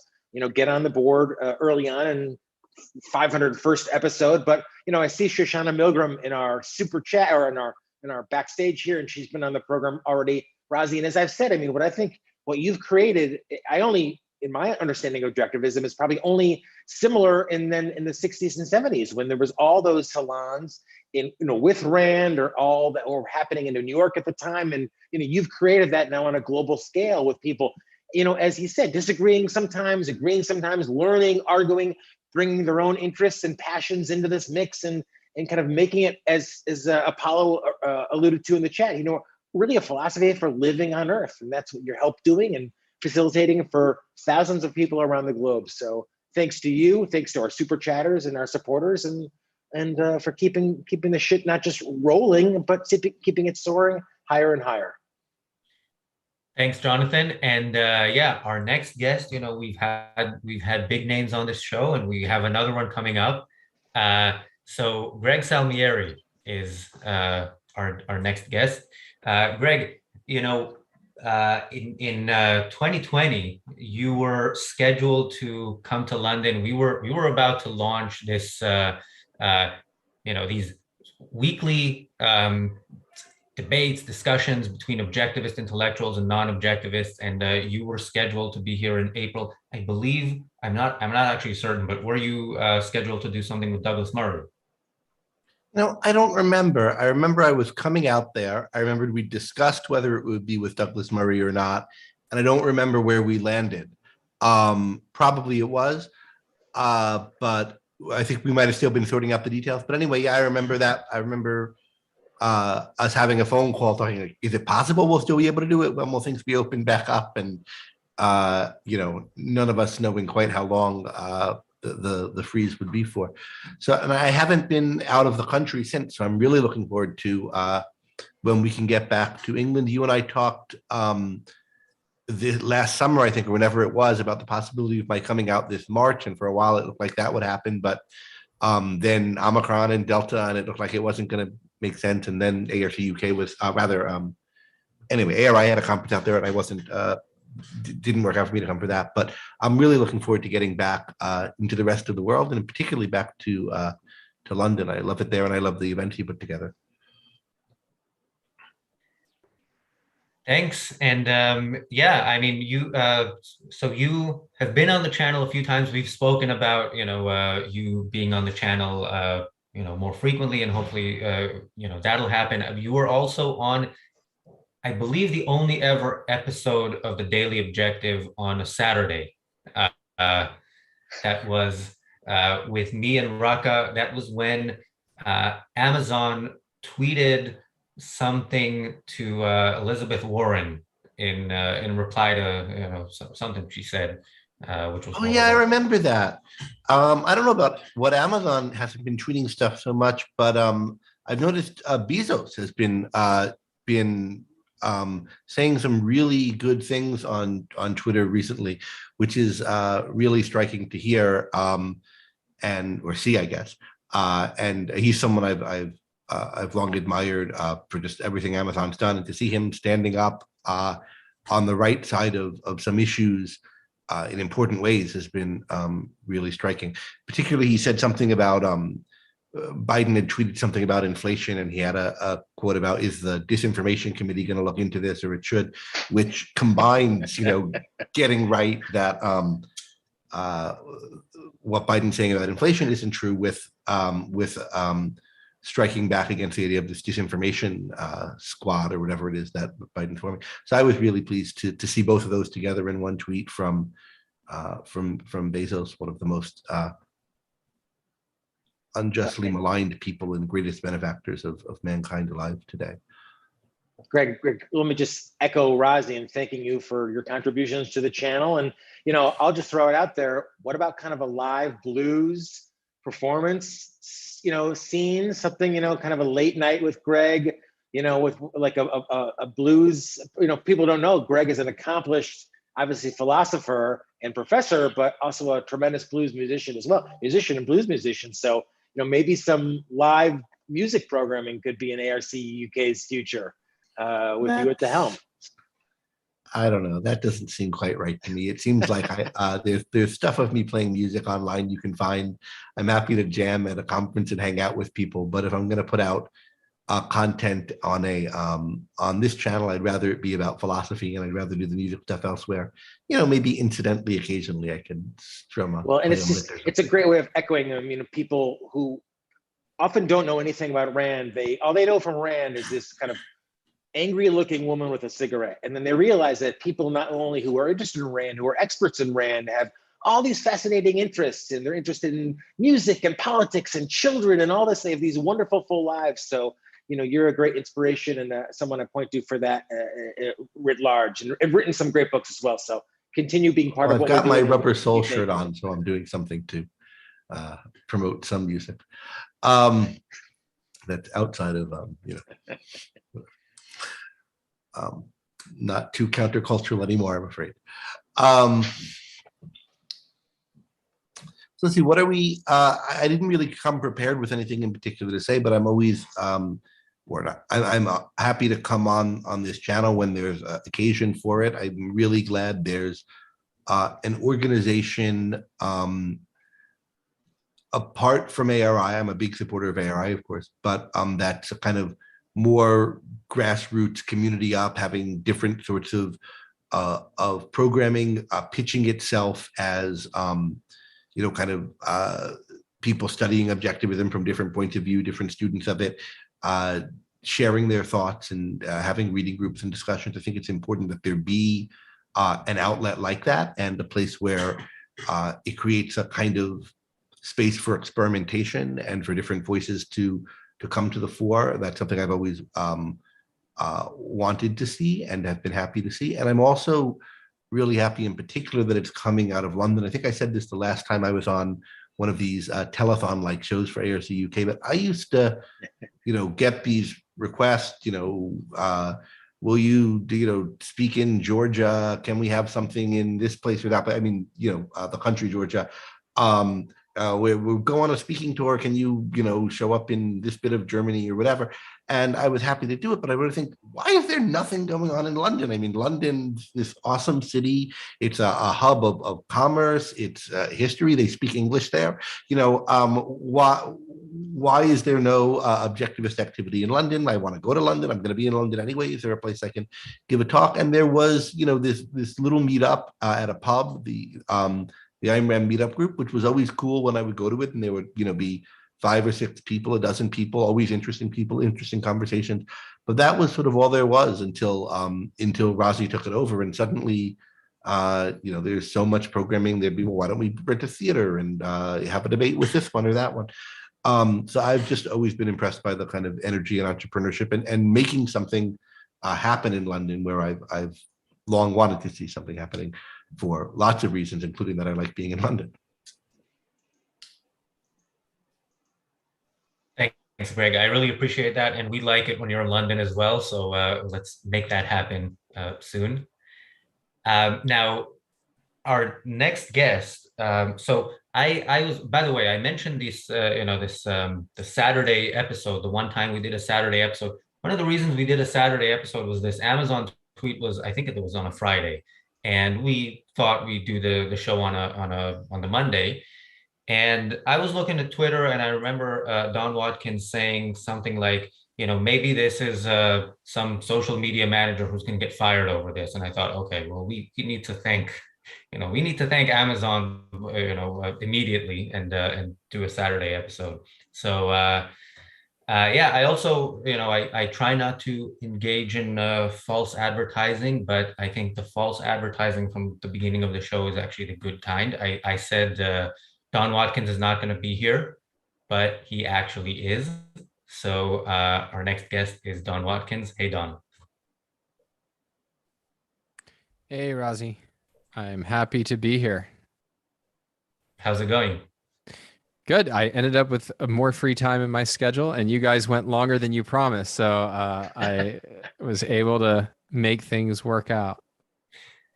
Well, yeah, I'm glad we actually, this, unlike last time when we also went over 3 hours, this time we have a hard stop because HBTV is coming up in 45 minutes. But yeah, I looked at I promise not to go on for 45 minutes. Well, when, yeah, the scheduling, I was saying that the scheduling for this show, even though it is kind of all over the place, it is actually way more, it's better scheduled, and that is very much part of the Don Watkins effect on ARC UK, because we didn't have production meetings before you came along, and now we have them. We plan things as much as we can, and I want to thank you for that again, and for all your work for ARC UK. Yeah, I mean, it was definitely my pleasure. I mean, Greg basically said a lot of what I wanted to compliment, but particularly underline the community building, because I mean, that's one of the things is I don't think you were self-consciously trying to do that at first. You were just trying to create something really interesting and unique, and that would be an impact for objectivism. And I think what is striking is you've gotten more and more clear on the vision, and that it is creating a worldwide online and in part offline, increasingly offline, and hopefully post-COVID, there will no longer be a stark division between the community that you're building. And I think it's great that there's a place other than just OCON where objectivists are getting together regularly, hanging out, sharing ideas. And in part, that's you can't have a movement that's just purely intellectuals discussing ideas. A movement has to have a community aspect to it. And I think that's one of the things that this has really helped create in many ways. And I mean, I've talked with a lot of the people who, they're not on the channel, they don't have shows, but they're stalwarts of the channel because they're always saying hi, chiming in, participating in things. And it really adds a lot that, didn't exist a few years ago. Well, Don, I'll just echo that, that just love of the community that Razi's created, that you've been a part of helping create. So many of our super chatters, I'll just mention Ella, thank you for your contribution. She says, thank you for introducing me, all the amazing content and people. ARC UK is an essential part of my life. Don, I knew you as a student and now as a teacher, and you're such an exemplary teacher. And I know you've benefited so many of ARCUK members and listeners with all your content, and some of it very, it's non-philosophical. We've had long discussions about sports and about mixed martial arts and various types of movies. So, I mean, I'll echo my perceptions of you, and the same thing with Greg as well. As, I think you demonstrate so beautifully that, you can be interested in ideas and have such a full, interesting, rich life and good sense of life as well. So thanks on behalf of the audience for all you're doing with the channel, and demonstrating that objectivism isn't a cult, because we all know that Ms. Rand hated facial hair, and the fact that you, Nikos, Razi, and almost everyone else on this channel today has had a big bushy one demonstrates that, in fact, not a cult. That was the whole motivation. No, what you say is true, but I would actually take it a little further. So it's not just we're interested in philosophy and we have all these other interests. It's, I think, part of what I respond to in people. I basically would encounter people from the objectivist community over the years, and the kind of people I respond to are not the kind of people who they're completely conventional unless they're talking about objectivism. And then it's, well, I have this one kind of unconventional interest and it's a little weird, and I love talking about it at parties, and here's my Atlas Shrugged bumper sticker or something. Like, they may be fine people, but I'm interested in people who are really fascinating, unconventional people. And that's part of what philosophy should help you build, is that it allows you to think things up through from the ground up, including your own personal values and why you care about things, and encourage you to cultivate really strong interests and values that you firsthand really care about and want to understand. And so it's not an accident that you get so many people attracted to objectivism who, even if they never said a word about Ayn Rand, would have so many cool things to say about the things that they're curious about and interested in, the hobbies they pursue, and why they like certain people and how they make sense of different things that are happening in the world and in their lives. Like, that's really, I think, a signal that you've owned the philosophy, is that even when you're not talking about the philosophy, you have a way of coming at life that doesn't feel like the person next door. It feels like somebody really unique and memorable. And I think we've seen a lot of different people with that kind of flavor to them come across this channel, whether they have shows or just, come on to ask a question. And I mean, to me, that's part of why I said the community building is valuable. It's valuable for those of us who are a part of the community. But I've long had this view since I first arrived at ARI, and I started to get to know many of the people who are on this channel, people like Greg and Lisa VanDamme and so on. And I had this view of, like, there's so many wrong views of objectivism and so much resistance to understanding it. But, like, I kind of feel like if these people just came and hung out with me and my friends, like, even if we weren't talking about philosophy, like, it would change their lives. And I think that's kind of the reason why, is that if you're using the philosophy right, you should be a really interesting person to be around. I mean, I agree, and I'll just echo what you said previously about you only used to kind of have that interaction at something like an OCon. You'd say, oh, and then it was like that one opportunity. And as you said, the stressing the social element of it, stressing the non-philosophical element, kind of makes, and some of our super chatters have said this as well, kind of, it makes living the philosophy that much more enjoyable, fulfilling, real, actualized. So I think you're right. I think you're absolutely right. Take that, cut it, make it a clip, play it again and again, Razi. Actually, no, just send it to me and I'll play it at my house on a loop. It'll encourage me when as I lose 80% of the arguments. Well, and Don, I'll just say, I mean, people who know and have followed Don's work, I mean, have always known him to be a real fearless, fearless in terms of his own challenges. I mean, Don, you've talked on the channel about your experiences writing fiction, which was something I think relatively new for you. So, we've seen you kind of, tackle new issues and new challenges and all these new kind of creative efforts, and kind of teaching the audience and bringing us along for the ride. So thank you for doing that and doing so much of it on the channel. Well, no, I appreciate that. And that's always been one of my goals, is to try to kind of push the envelope in various ways and like shake us up and get us to become more bold, experimental, confess our, the difficulties and hardships. I mean, I know how hard it was for me to become an objectivist intellectual. And I remember thinking at the beginning, like, oh, this is like such a unique experience. And like everybody else is just kind of born understanding the philosophy and like able to communicate it in various ways. And later I learned that wasn't true, but like it in certain ways it got hidden in the vault of the OAC, where we would learn, oh, there was this confusion paper session, and the young people that we all admire now got beaten up by Leonard Peikoff for all the failures and flaws in their thinking. But I thought, well, like, let me talk about the kind of challenges I've had more publicly, because I find like I found that really empowering to know, like, no, this is what it looks like to learn a philosophy and to try to be effective at promoting it. It's like, you're gonna fail a lot. It's not going to be pretty all the time, but you can close that gap, and you can become better and better, and actually get to the level you want to be in if you have, let's say, a certain motivation and raw ability, but like if you put in the effort. And so hopefully that's helpful to people as well as the successes themselves. Well, I have to just say too, I mean, I know I've mentioned it before, but I always love mentioning, if you go back and listen to some of Dr. Peikoff's old podcasts and radio shows, you will hear a high school age Don Watkins answering one of his, I believe, trivia questions or tie-in contests with great deference, but great accuracy as well. So, Don has been a student of objectivism. So go back and listen to one of those episodes, probably from the early 90s, my guess is, maybe the mid 1990s, when you were in high school.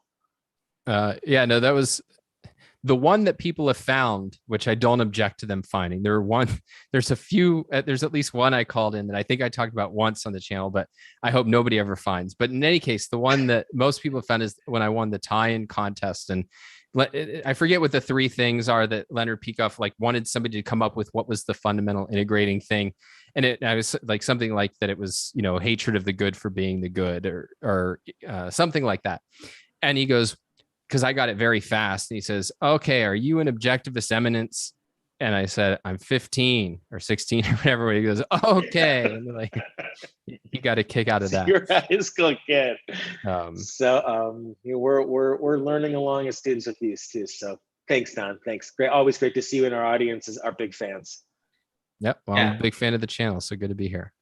And I mentioned, the impact that you had, Don, during your time as chief intellectual strategist for ARCUK, but also you did have, even before that, the communication boot camp, which was absolutely great. You taught many of our members, helped them with pieces of writing or speaking. And if you become a member, you will have access to the recordings of those sessions. So that's one of many, many reasons to become a member of the Ayn Rand Center UK. Yeah, I hope people check those out. I mean, some of the best stuff I think I've ever come up with happened during those sessions. And I'm sure I didn't write most of them down. So they're going to be lost time. So I encourage people to go back through that. We got a lot of really good, you can only do as well as the participants do.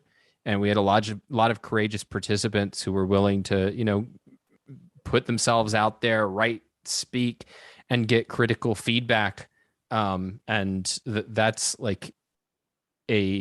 hopefully it was helpful to them. I know many of them have said it's helpful, but, from my perspective, one of the best ways to learn is precisely that. It's that you create things and you get feedback on it, and then you see others go through that same process. And I think we had a lot of really great content that came out from that. And part of what was great was people were supportive, but they were supportive in the right way. I've been to Toastmasters, and it's supportive in the sense of it's encouraging and they cheer for you, but it's not supportive, I think, in the way that people ultimately need, which is you need people to be objective. That is, it's not just hey, that was great, and maybe smile more or something, but no, I want to know really honestly, without pulling punches, what was good, what could have been improved, what didn't work at all. And I think the ability of the whole class, not just me, to give each other that kind of feedback where it was never personal, but it did not flinch from saying, yeah, I don't think that worked, and here's maybe ways you could improve it. That's really, you don't see that very often. If people are critical, it's almost always personal. And so, I mean, kudos to all the people who participated in that class. So yeah, I highly encourage people to go back and listen to those. Yeah, that they were great. I was I had a few, I think a short talk and pitch deck that we went through, and yeah, I found a lot of value in it personally, and I know the members who participated did as well. Well, and people need to go back and look at Razi's videos in the channel from a couple years ago, and now you speak much more confidence and certainty, and you earned it and you worked on it. So like, congratulations to you. I'm not taking credit for that, by the way, but I'm just saying, like, the ability to kind of improve communication skills when you put in the work, it's definitely there. I appreciate that, and I think you can definitely take at least some of the credit for that.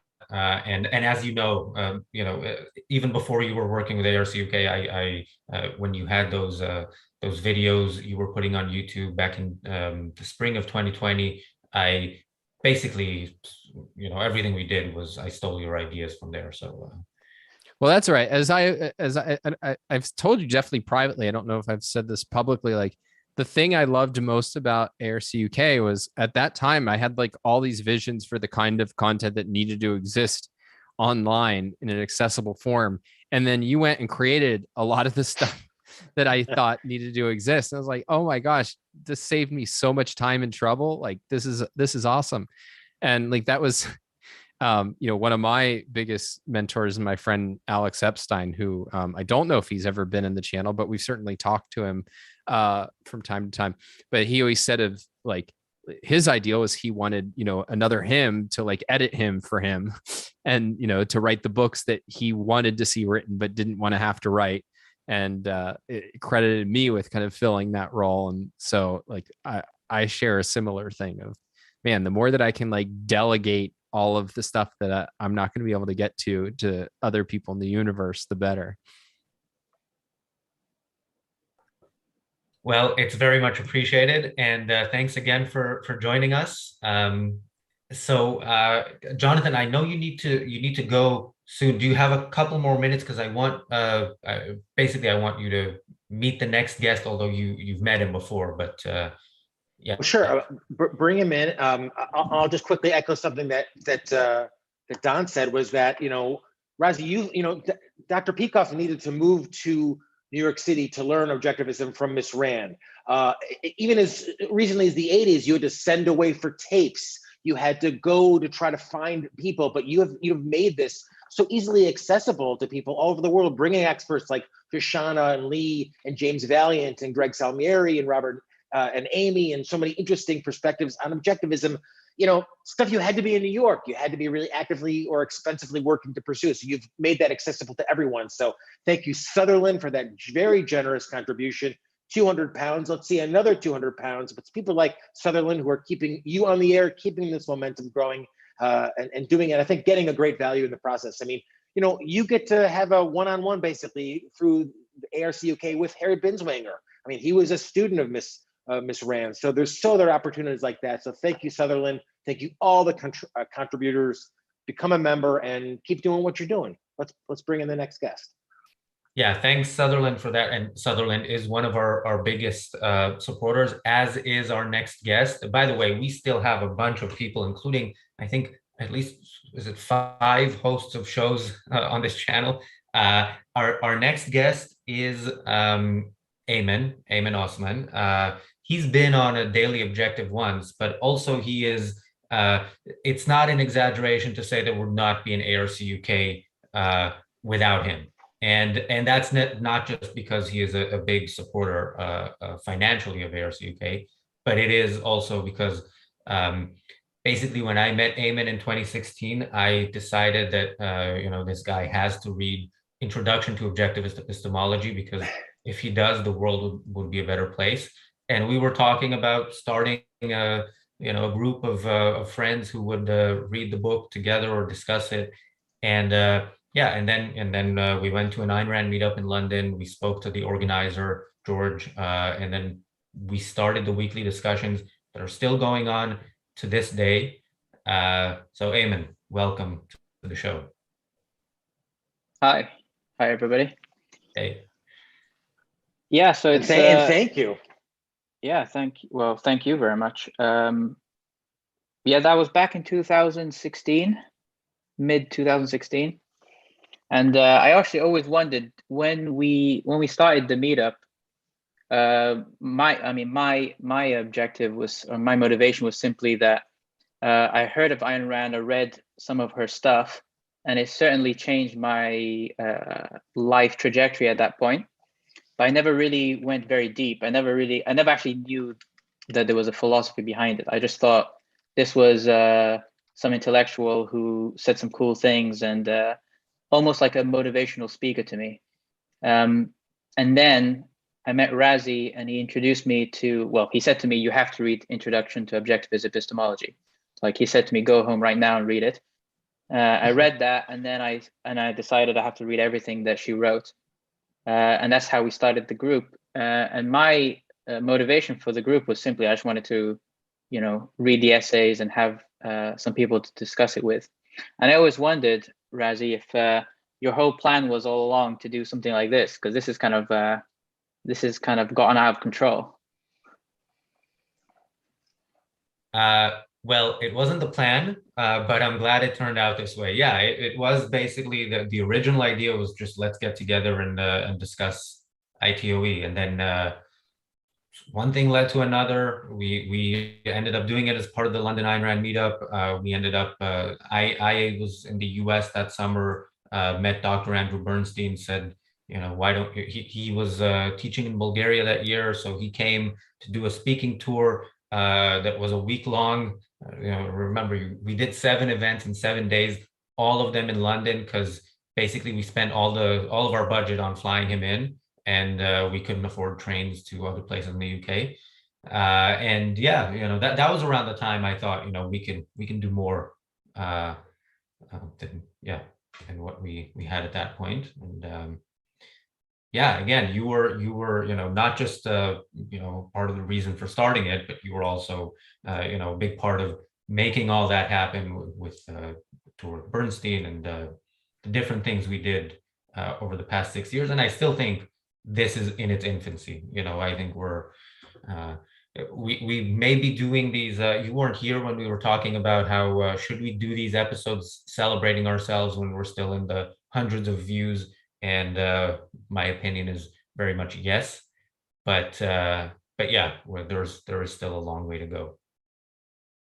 So I mean, if you think of yourself as a startup, you want to have few but like raving fans. You want to have like a couple dozen people who, if you weren't around, they'd be really annoyed. And I think you've reached that at this point. So for me, if ARCUK were to disappear tomorrow, then my life would be a lot worse than it is. And I think you've produced something which is very important to a lot of people's lives. It's not, it hasn't changed the world yet, but this is where world-changing companies and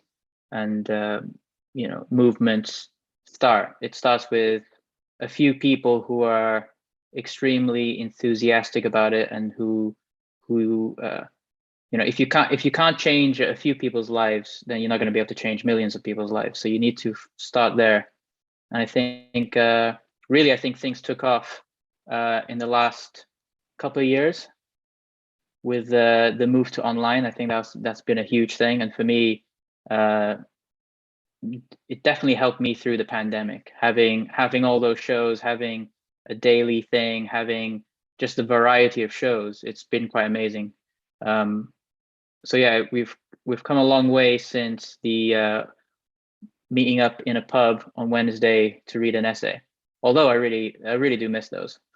Just 3 of us reading an essay in a pub somewhere. Yeah, originally it was very low numbers, and nowadays our discussions, we figured out how to do it. I mean, we're still learning as we go along, but yeah, back then there was no moderation. There were only a few of us. It was 2016, the second half of 2016. So we would start by discussing the essay, and then within 30 minutes or so, we would start talking about Trump. So yeah, nowadays it's a different kind of meetup, and it's, I think, much better. Yeah, so thanks again, and yeah, I appreciate the comments very much, and the support, and being the kind of person that made me think, okay, this is a guy who needs to read ITOE, and again, triggering the what ended up becoming the Ayn Rand Center UK. You're welcome. All right, so our next guest, now we have a bunch of hosts on the channel. Our next one hosts a show on Wednesdays, not every Wednesday, but many Wednesdays. And yeah, he was first, I think first gave a talk in, was it October, November of 2020, which was a great talk, and has been has been present on the channel more and more ever since. Lee Pierson. Hey, Lee. Well, thanks, Razi. I'll be brief because I know you got some others. So first of all, congratulations on creating something that is absolutely, as far as I can tell, unprecedented. But enough about you. Let's talk about me. The latest thing that I've been doing, as you said, I did some talks on various subjects. But my latest activity on your an ARCUK is the Cutting Edge show. And our goal, and what I mean by our, is the show involves myself, but also Steve Richens and Dr. Robert Stubblefield, who are all three of us work together on this. But our goal, one way of putting it, is to have programs on some controversial issue. And we're striving to make actual progress live on YouTube on whatever the issue is, to actually move the bar forward. Now, whether we succeed at that or not is not really for me to say, but I think even in just trying to do that, that's a good thing, even if we don't entirely succeed.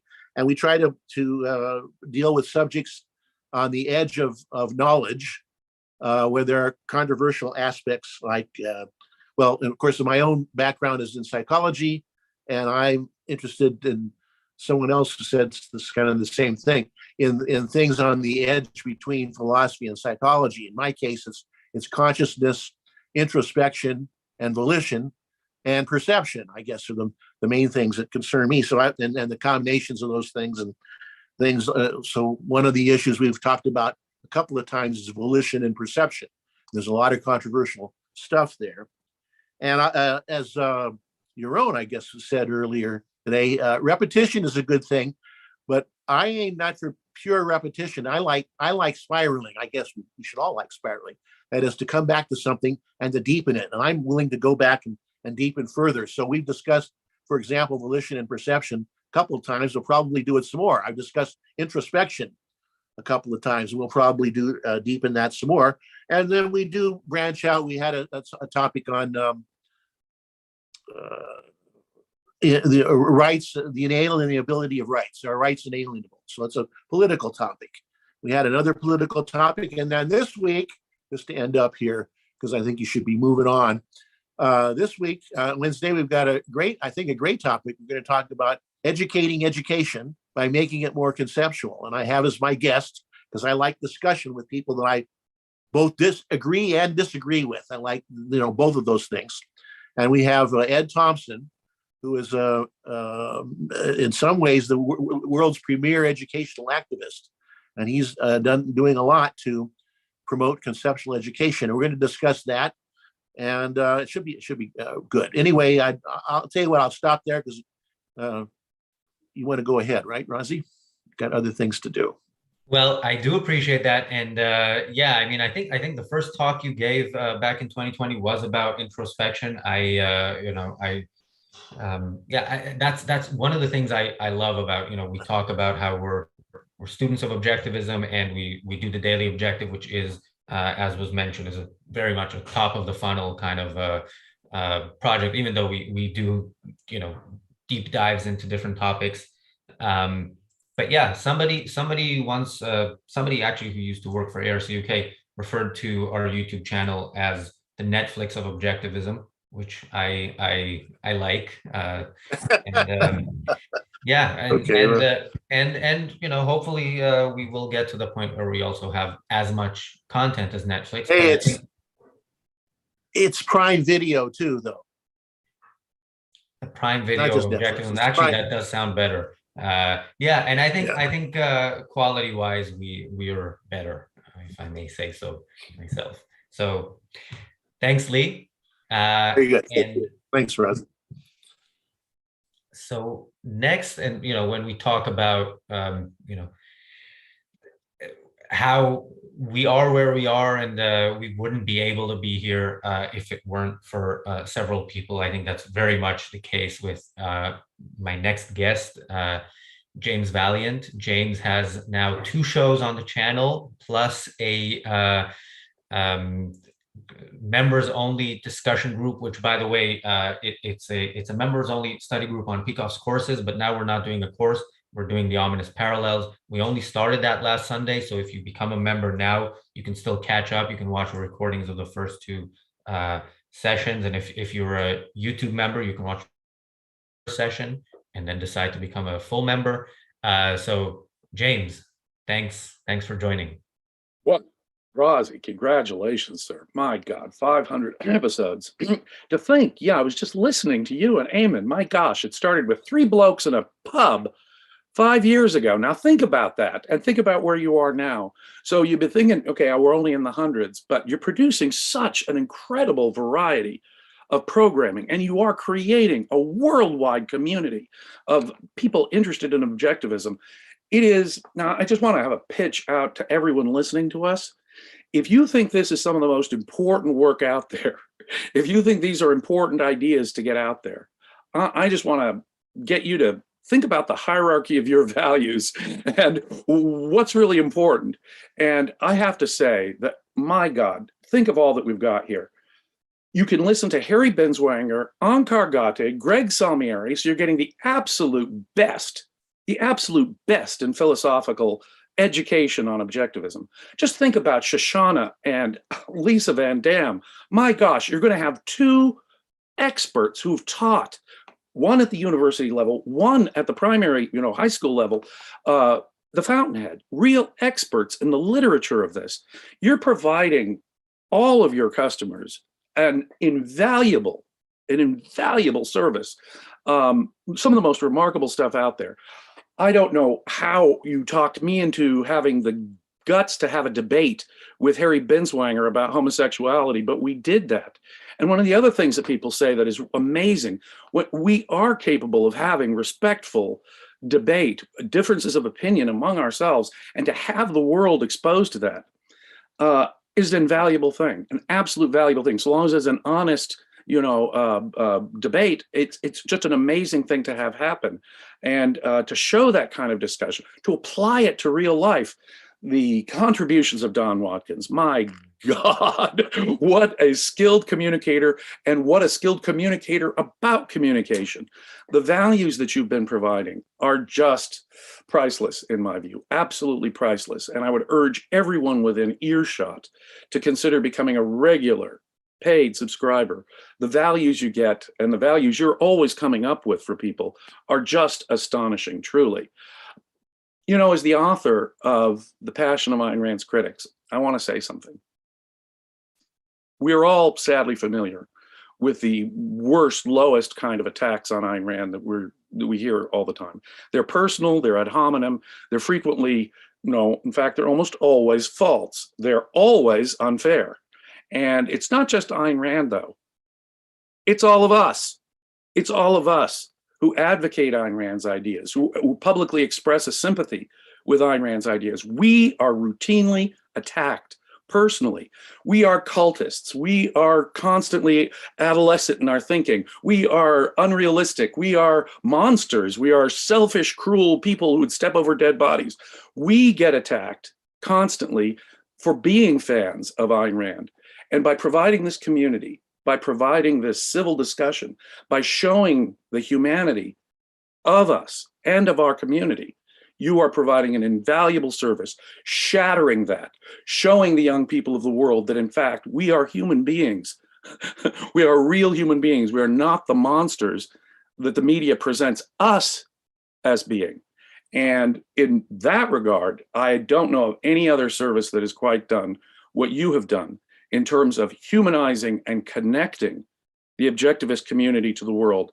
I mean, if you want to have your mind on the very cutting edge with Larry Pierson and to be wrestling and chewing with cutting edge ideas, you can do that. If you want to talk about movies or the latest political event, you've got that going on. We are not one trick ponies. We are not one note musicians. And you have shown the world that. You have exposed that to the world. And I want to thank you, Razi. You are one of the great heroes, one of the great atlases, in my view, working in the world today. So thank you for giving me this opportunity to update and, Ayn Rand's essays, Leonard Peikoff's talks and essays are more relevant than ever. If we can show that in our weekly shows, if we can connect that to recent events, if we can connect that to the events in people's lives, it becomes more relevant and it keeps this material alive. So thank you for this opportunity and thank you for what you're doing. One last thing I wanted to rush in to point out. I am frequently on podcasts that have thousands of viewers, and they're not objectivist podcasts. Obviously, they have to do with religion, where there's a huge built-in audience of millions and millions of people worldwide. One of the great disadvantages we have is we don't have that.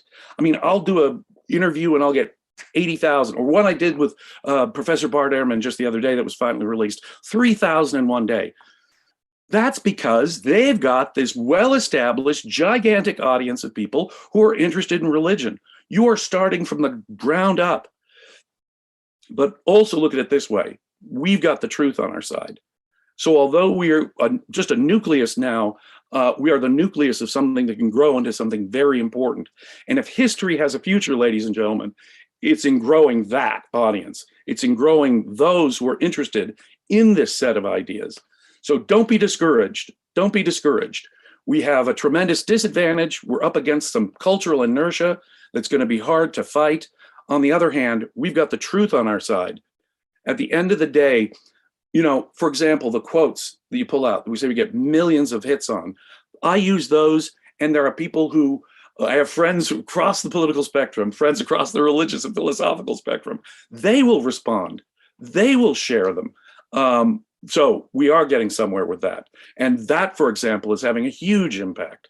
So I say, let's just keep plugging at it, Razi. We will, at the end of the day, get thousands of viewers if we keep going at it this way. I'm certain.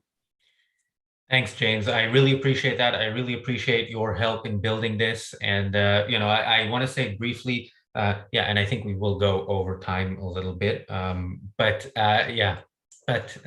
do want to say, you mentioned the, speaking of things I might get canceled for, that debate about, homosexuality. I think, there are smears of Rand out there, and there are people who will see a smear and that's all they need to hear. And, I'm okay with not having these people on our side. There are people who will, see the value in her work, see something that might raise a question, and then having the, having the content that they can go to, that they can, see what exactly this was all about, I think is super important. And by the way, on that note, the discussions we do on the essays, nothing on the channel, averages in the thousands, but we do have, for example, when we did Fact and Value, which I believe was the first one of these, that has over 1,000 views. There's a video on our channel that's over an hour long, I think, a discussion of Fact and Value with over 1,000 views. So it would be great if it was over 1 million, but I'm still very proud of that, and I think that's it's good that it's out there. So thank you again. And my last thought will be on the ominous parallels. We're just started it. We're only chapter 3 into it for this Sunday. We've got the number expanded from the first to the second. We've got an expanding base of students there, really high quality questions, really high quality participation. You get to participate, but you have to be a paid subscriber to do it. And you'll be able to catch up. We have that stuff on recording so you can catch up to where we're at. So please do consider joining us on Sundays. These are great discussions about an increasingly relevant topic. Yeah, thanks, James. And yeah, I hope people join. You can find the link to join membership in the YouTube chat. I know it's almost time for HBTV, but we will probably HBTV will probably be a little bit late. But a little bit before the scheduled time for HBTV, we have Harry Binswanger. I mean, when we talk about the fact that, you know, we started with a local meetup and still at the meetup, you know, I run it here in London. I make the point of saying, like we say on the channel, that we're students, not teachers of the philosophy. You know, the fact that we have access to some of the greatest philosophers is truly an amazing thing that has changed with ARCUK in the past couple of years. And I think clearly at the top of the list is the fact that we have a weekly show with Harry Binswanger, HBTV, which is, I think, a week or two from celebrating its 1-year anniversary. So Harry Binswanger is now joining me. Hi, Harry. Hi, Razi. How are you? I wanted to be here to put my reputation behind the incredible work you've been doing to build an audience in the United Kingdom and then around the world for Ayn Rand's ideas. I mean, I don't know where you get the time or the energy to have all the shows that you do. I just know I'm very glad you have my show, which is coming up in a few minutes. So thank you so much. And let me urge people to support you financially, because you are not yet drawing an audience that can make you have the lifestyle of a Jordan Peterson, who gets hundreds of thousands of dollars from his audience. But we are just waiting for the morning mail to find out that that is now true of you.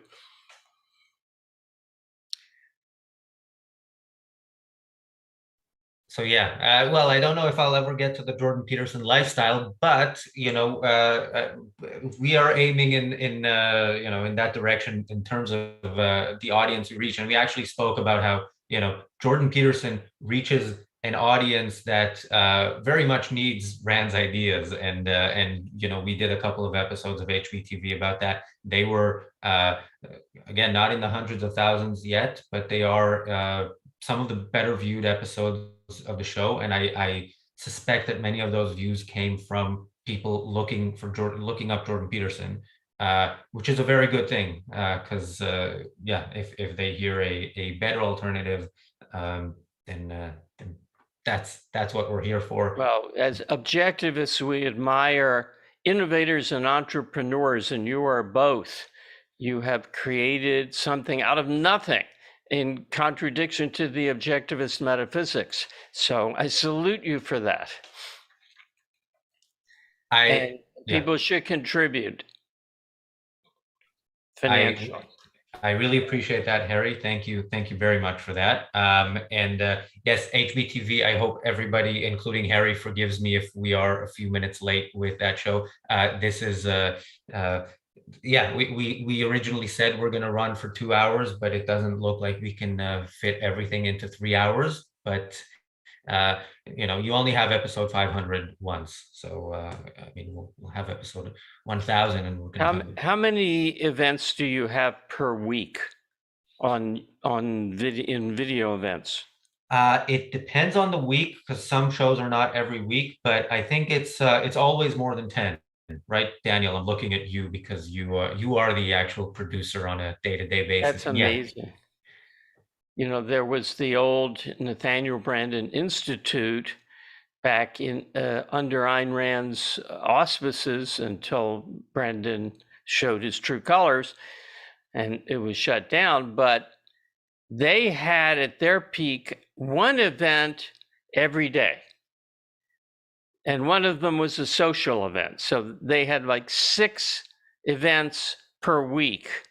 And you are already past that without the benefit of Ayn Rand coming to give you an audience. That's really amazing. Thanks, I appreciate it, and we want to keep increasing that. And by the way, a part of what we do, and we work with the Ayn Rand Institute, as mentioned, and the Ayn Rand Institute also sponsors HBTV. Is ARI is growing Ayn Rand University, trying to train as many new intellectuals as possible, and the best intellectuals. So.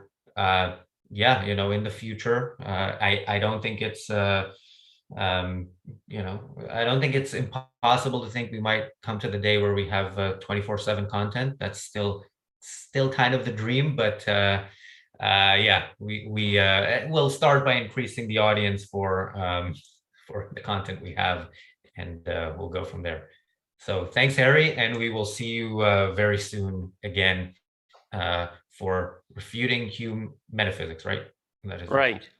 So I'm going to go put the final touches on. Great, thanks. And okay, so the next guest we have here, we talk about how the best way to promote objectivism is to live it. And I remember when I first heard Robert Nasir talk about somebody asked for career regarding career advice regarding career choice, and he said something like, "I'm not the right person to ask because when I was working in fast food, I enjoyed it." And I said, well, that makes you exactly the right person to ask, because if you make the most of a situation that you're in, then yeah, that is the kind of thing we want to hear. So that's how Life on Earth, the Clubhouse show, launched, and then we moved to YouTube, and that show also in a couple of weeks is celebrating its 1-year anniversary. And Robert and Amy Nasir are joining me. They also recently joined us in person in London, which we hope to do more of, and encourage people to join us. And yeah, by the way, Shoshana is correcting me that Harry is discussing Descartes today. Good. Well, we are running late, so I will make this real quick. Razi, thank you for the introduction. I could do a whole show, and maybe we will on Thursday, celebrating this 500th episode of TDO. The first episode of TDO, the Daily Objective, back in June of 2020, it was on the riots. It was Gloria Alvarez and Nikos were on that. I could talk about my relationship, and again, I will, with ARCUK, but just 500 episodes, folks have left out TDO 354. Who was on TDO 354? Leonard freaking Peikoff. Twice now. This is a man who was in retirement, comes out of retirement, talks to us through ARCUK. Now, this is amazing. And the first one that he did was at the hotel. He did his virtual reality, his talk about operetta.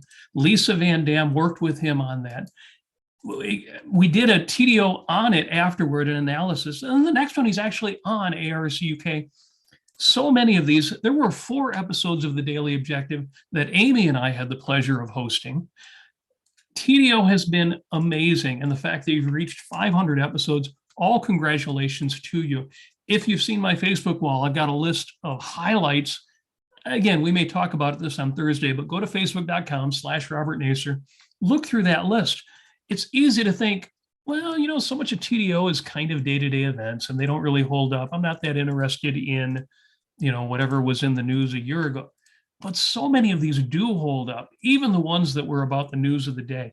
Take a look at that list, facebook.com/Robert Nasir. Congratulations, Razi, on TDO. I do want to talk more about Life on Earth with Robert Nasir, the opportunities you gave us, first on Clubhouse and then on YouTube.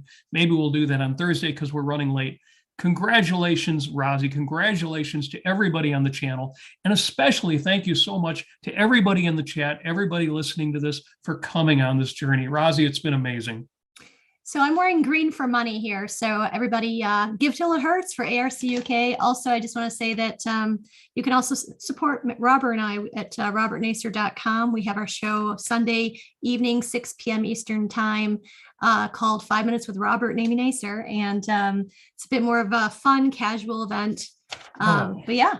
I don't know. We're pretty fun and casual. I've got all sorts of notes about memberships and super chats. I think everybody has said it. Everybody is hyped up. Everybody is motivated. Send the money. Now, I mean, spend the money to get what you want from the Ayn Rand Center UK. Value for value. Thank you so much for that. And thank you, Razi. It's been great.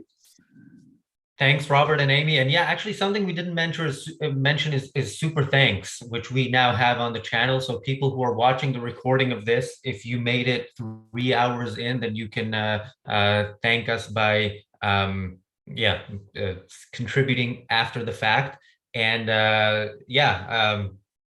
thanks. By the way, there was a live Life on Earth / 5 minutes / the weekly objective in person in London. You can find that on our YouTube channel. That was great. There was a guitar given away, so if you weren't there, you missed out on the opportunity. But thanks again, Robert and Amy. And okay. Our next guest is Daniel. So Daniel is the man behind the scenes. When you see an episode of any show on our channel, it is almost always Daniel who makes it happen. And so Daniel actually, I first met him virtually just because he became a member of ARCUK and participated in the first book club we had on We the Living, and in many other membership activities since. Hey, Daniel. Hey, everyone. And hey, Razi, thank you for inviting me onto stage. Yeah, I mean, I don't want to also be alone because we are so late already, but if you want to see someone who ARCUK basically became life, then here I am. I've been an objectivist for less than 3 years, and I've been watching ARCUK for more than 2 years. So you can imagine, like, my life in objectivism and my life as such was definitely influenced by ARCUK a lot. I started with the book discussions, but there's so much more. And especially, it wasn't just ARCUK. Razi especially. Right now I'm in the OAC thanks to Razi. He was the one who kind of pushed me, like, hey, do you want to try? And I wouldn't be in the OAC without him. And another thing, as it was mentioned, Robert and Amy were in London, and I was there too, only thanks to Razi. That there's no chance I would be there otherwise. And even right now, I will probably be at Ocon in America, and this wouldn't be possible without ARCUK, without objectivism, and especially without Razi. Well, I appreciate all that, Daniel. And by the way, I have to say it's not in his contract to say all that. I didn't write it, for him. So it is very much appreciated. And thank you for all your work. And there's more of it coming because H3TV is coming up soon.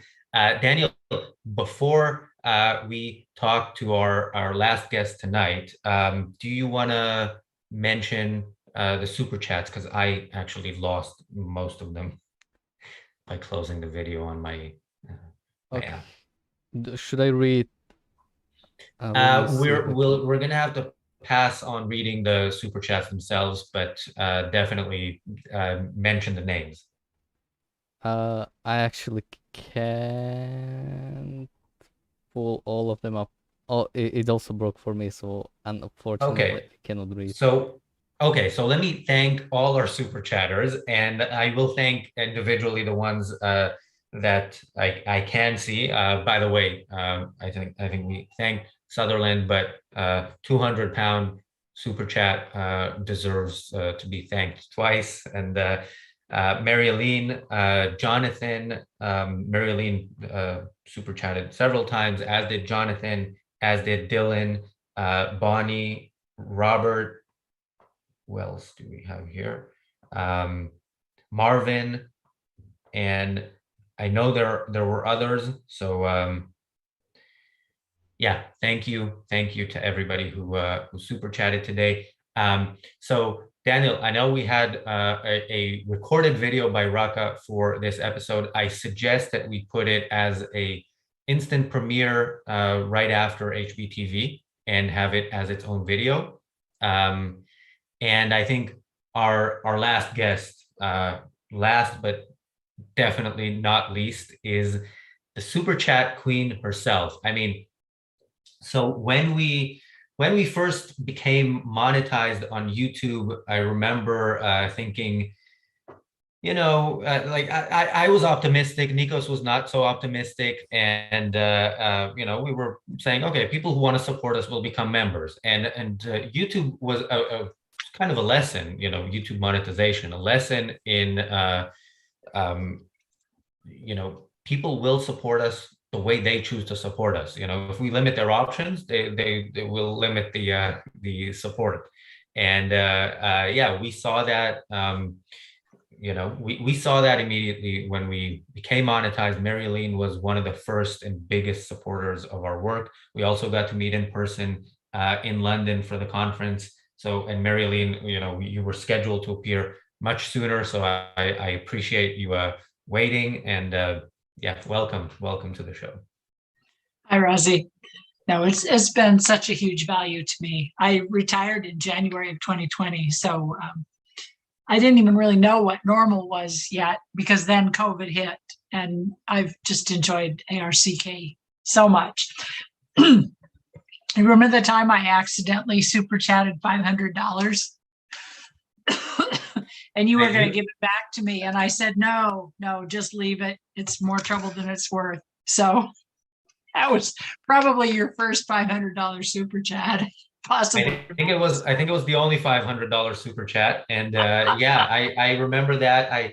You know, for the first moment I saw it, I'm like, yeah, this is an awesome thing. But yeah, the fact that it was an accident made me think, you know, it was fine.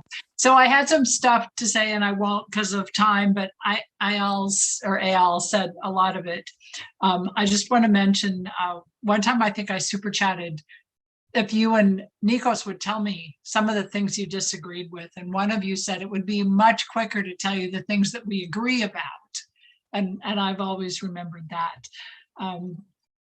You know, I'm hesitant to start saying some of the things I get value out of because I'll leave somebody out. But reading Calumet K was really a huge value because I hadn't fully appreciated that book. And reading Ominous Parallels with James Valliant right now is something too that I've never, I've read it, but superficially, so I'm going to enjoy that very much. And I seem to have a frog in my throat, so why don't I stop now? It's been great. Thank you.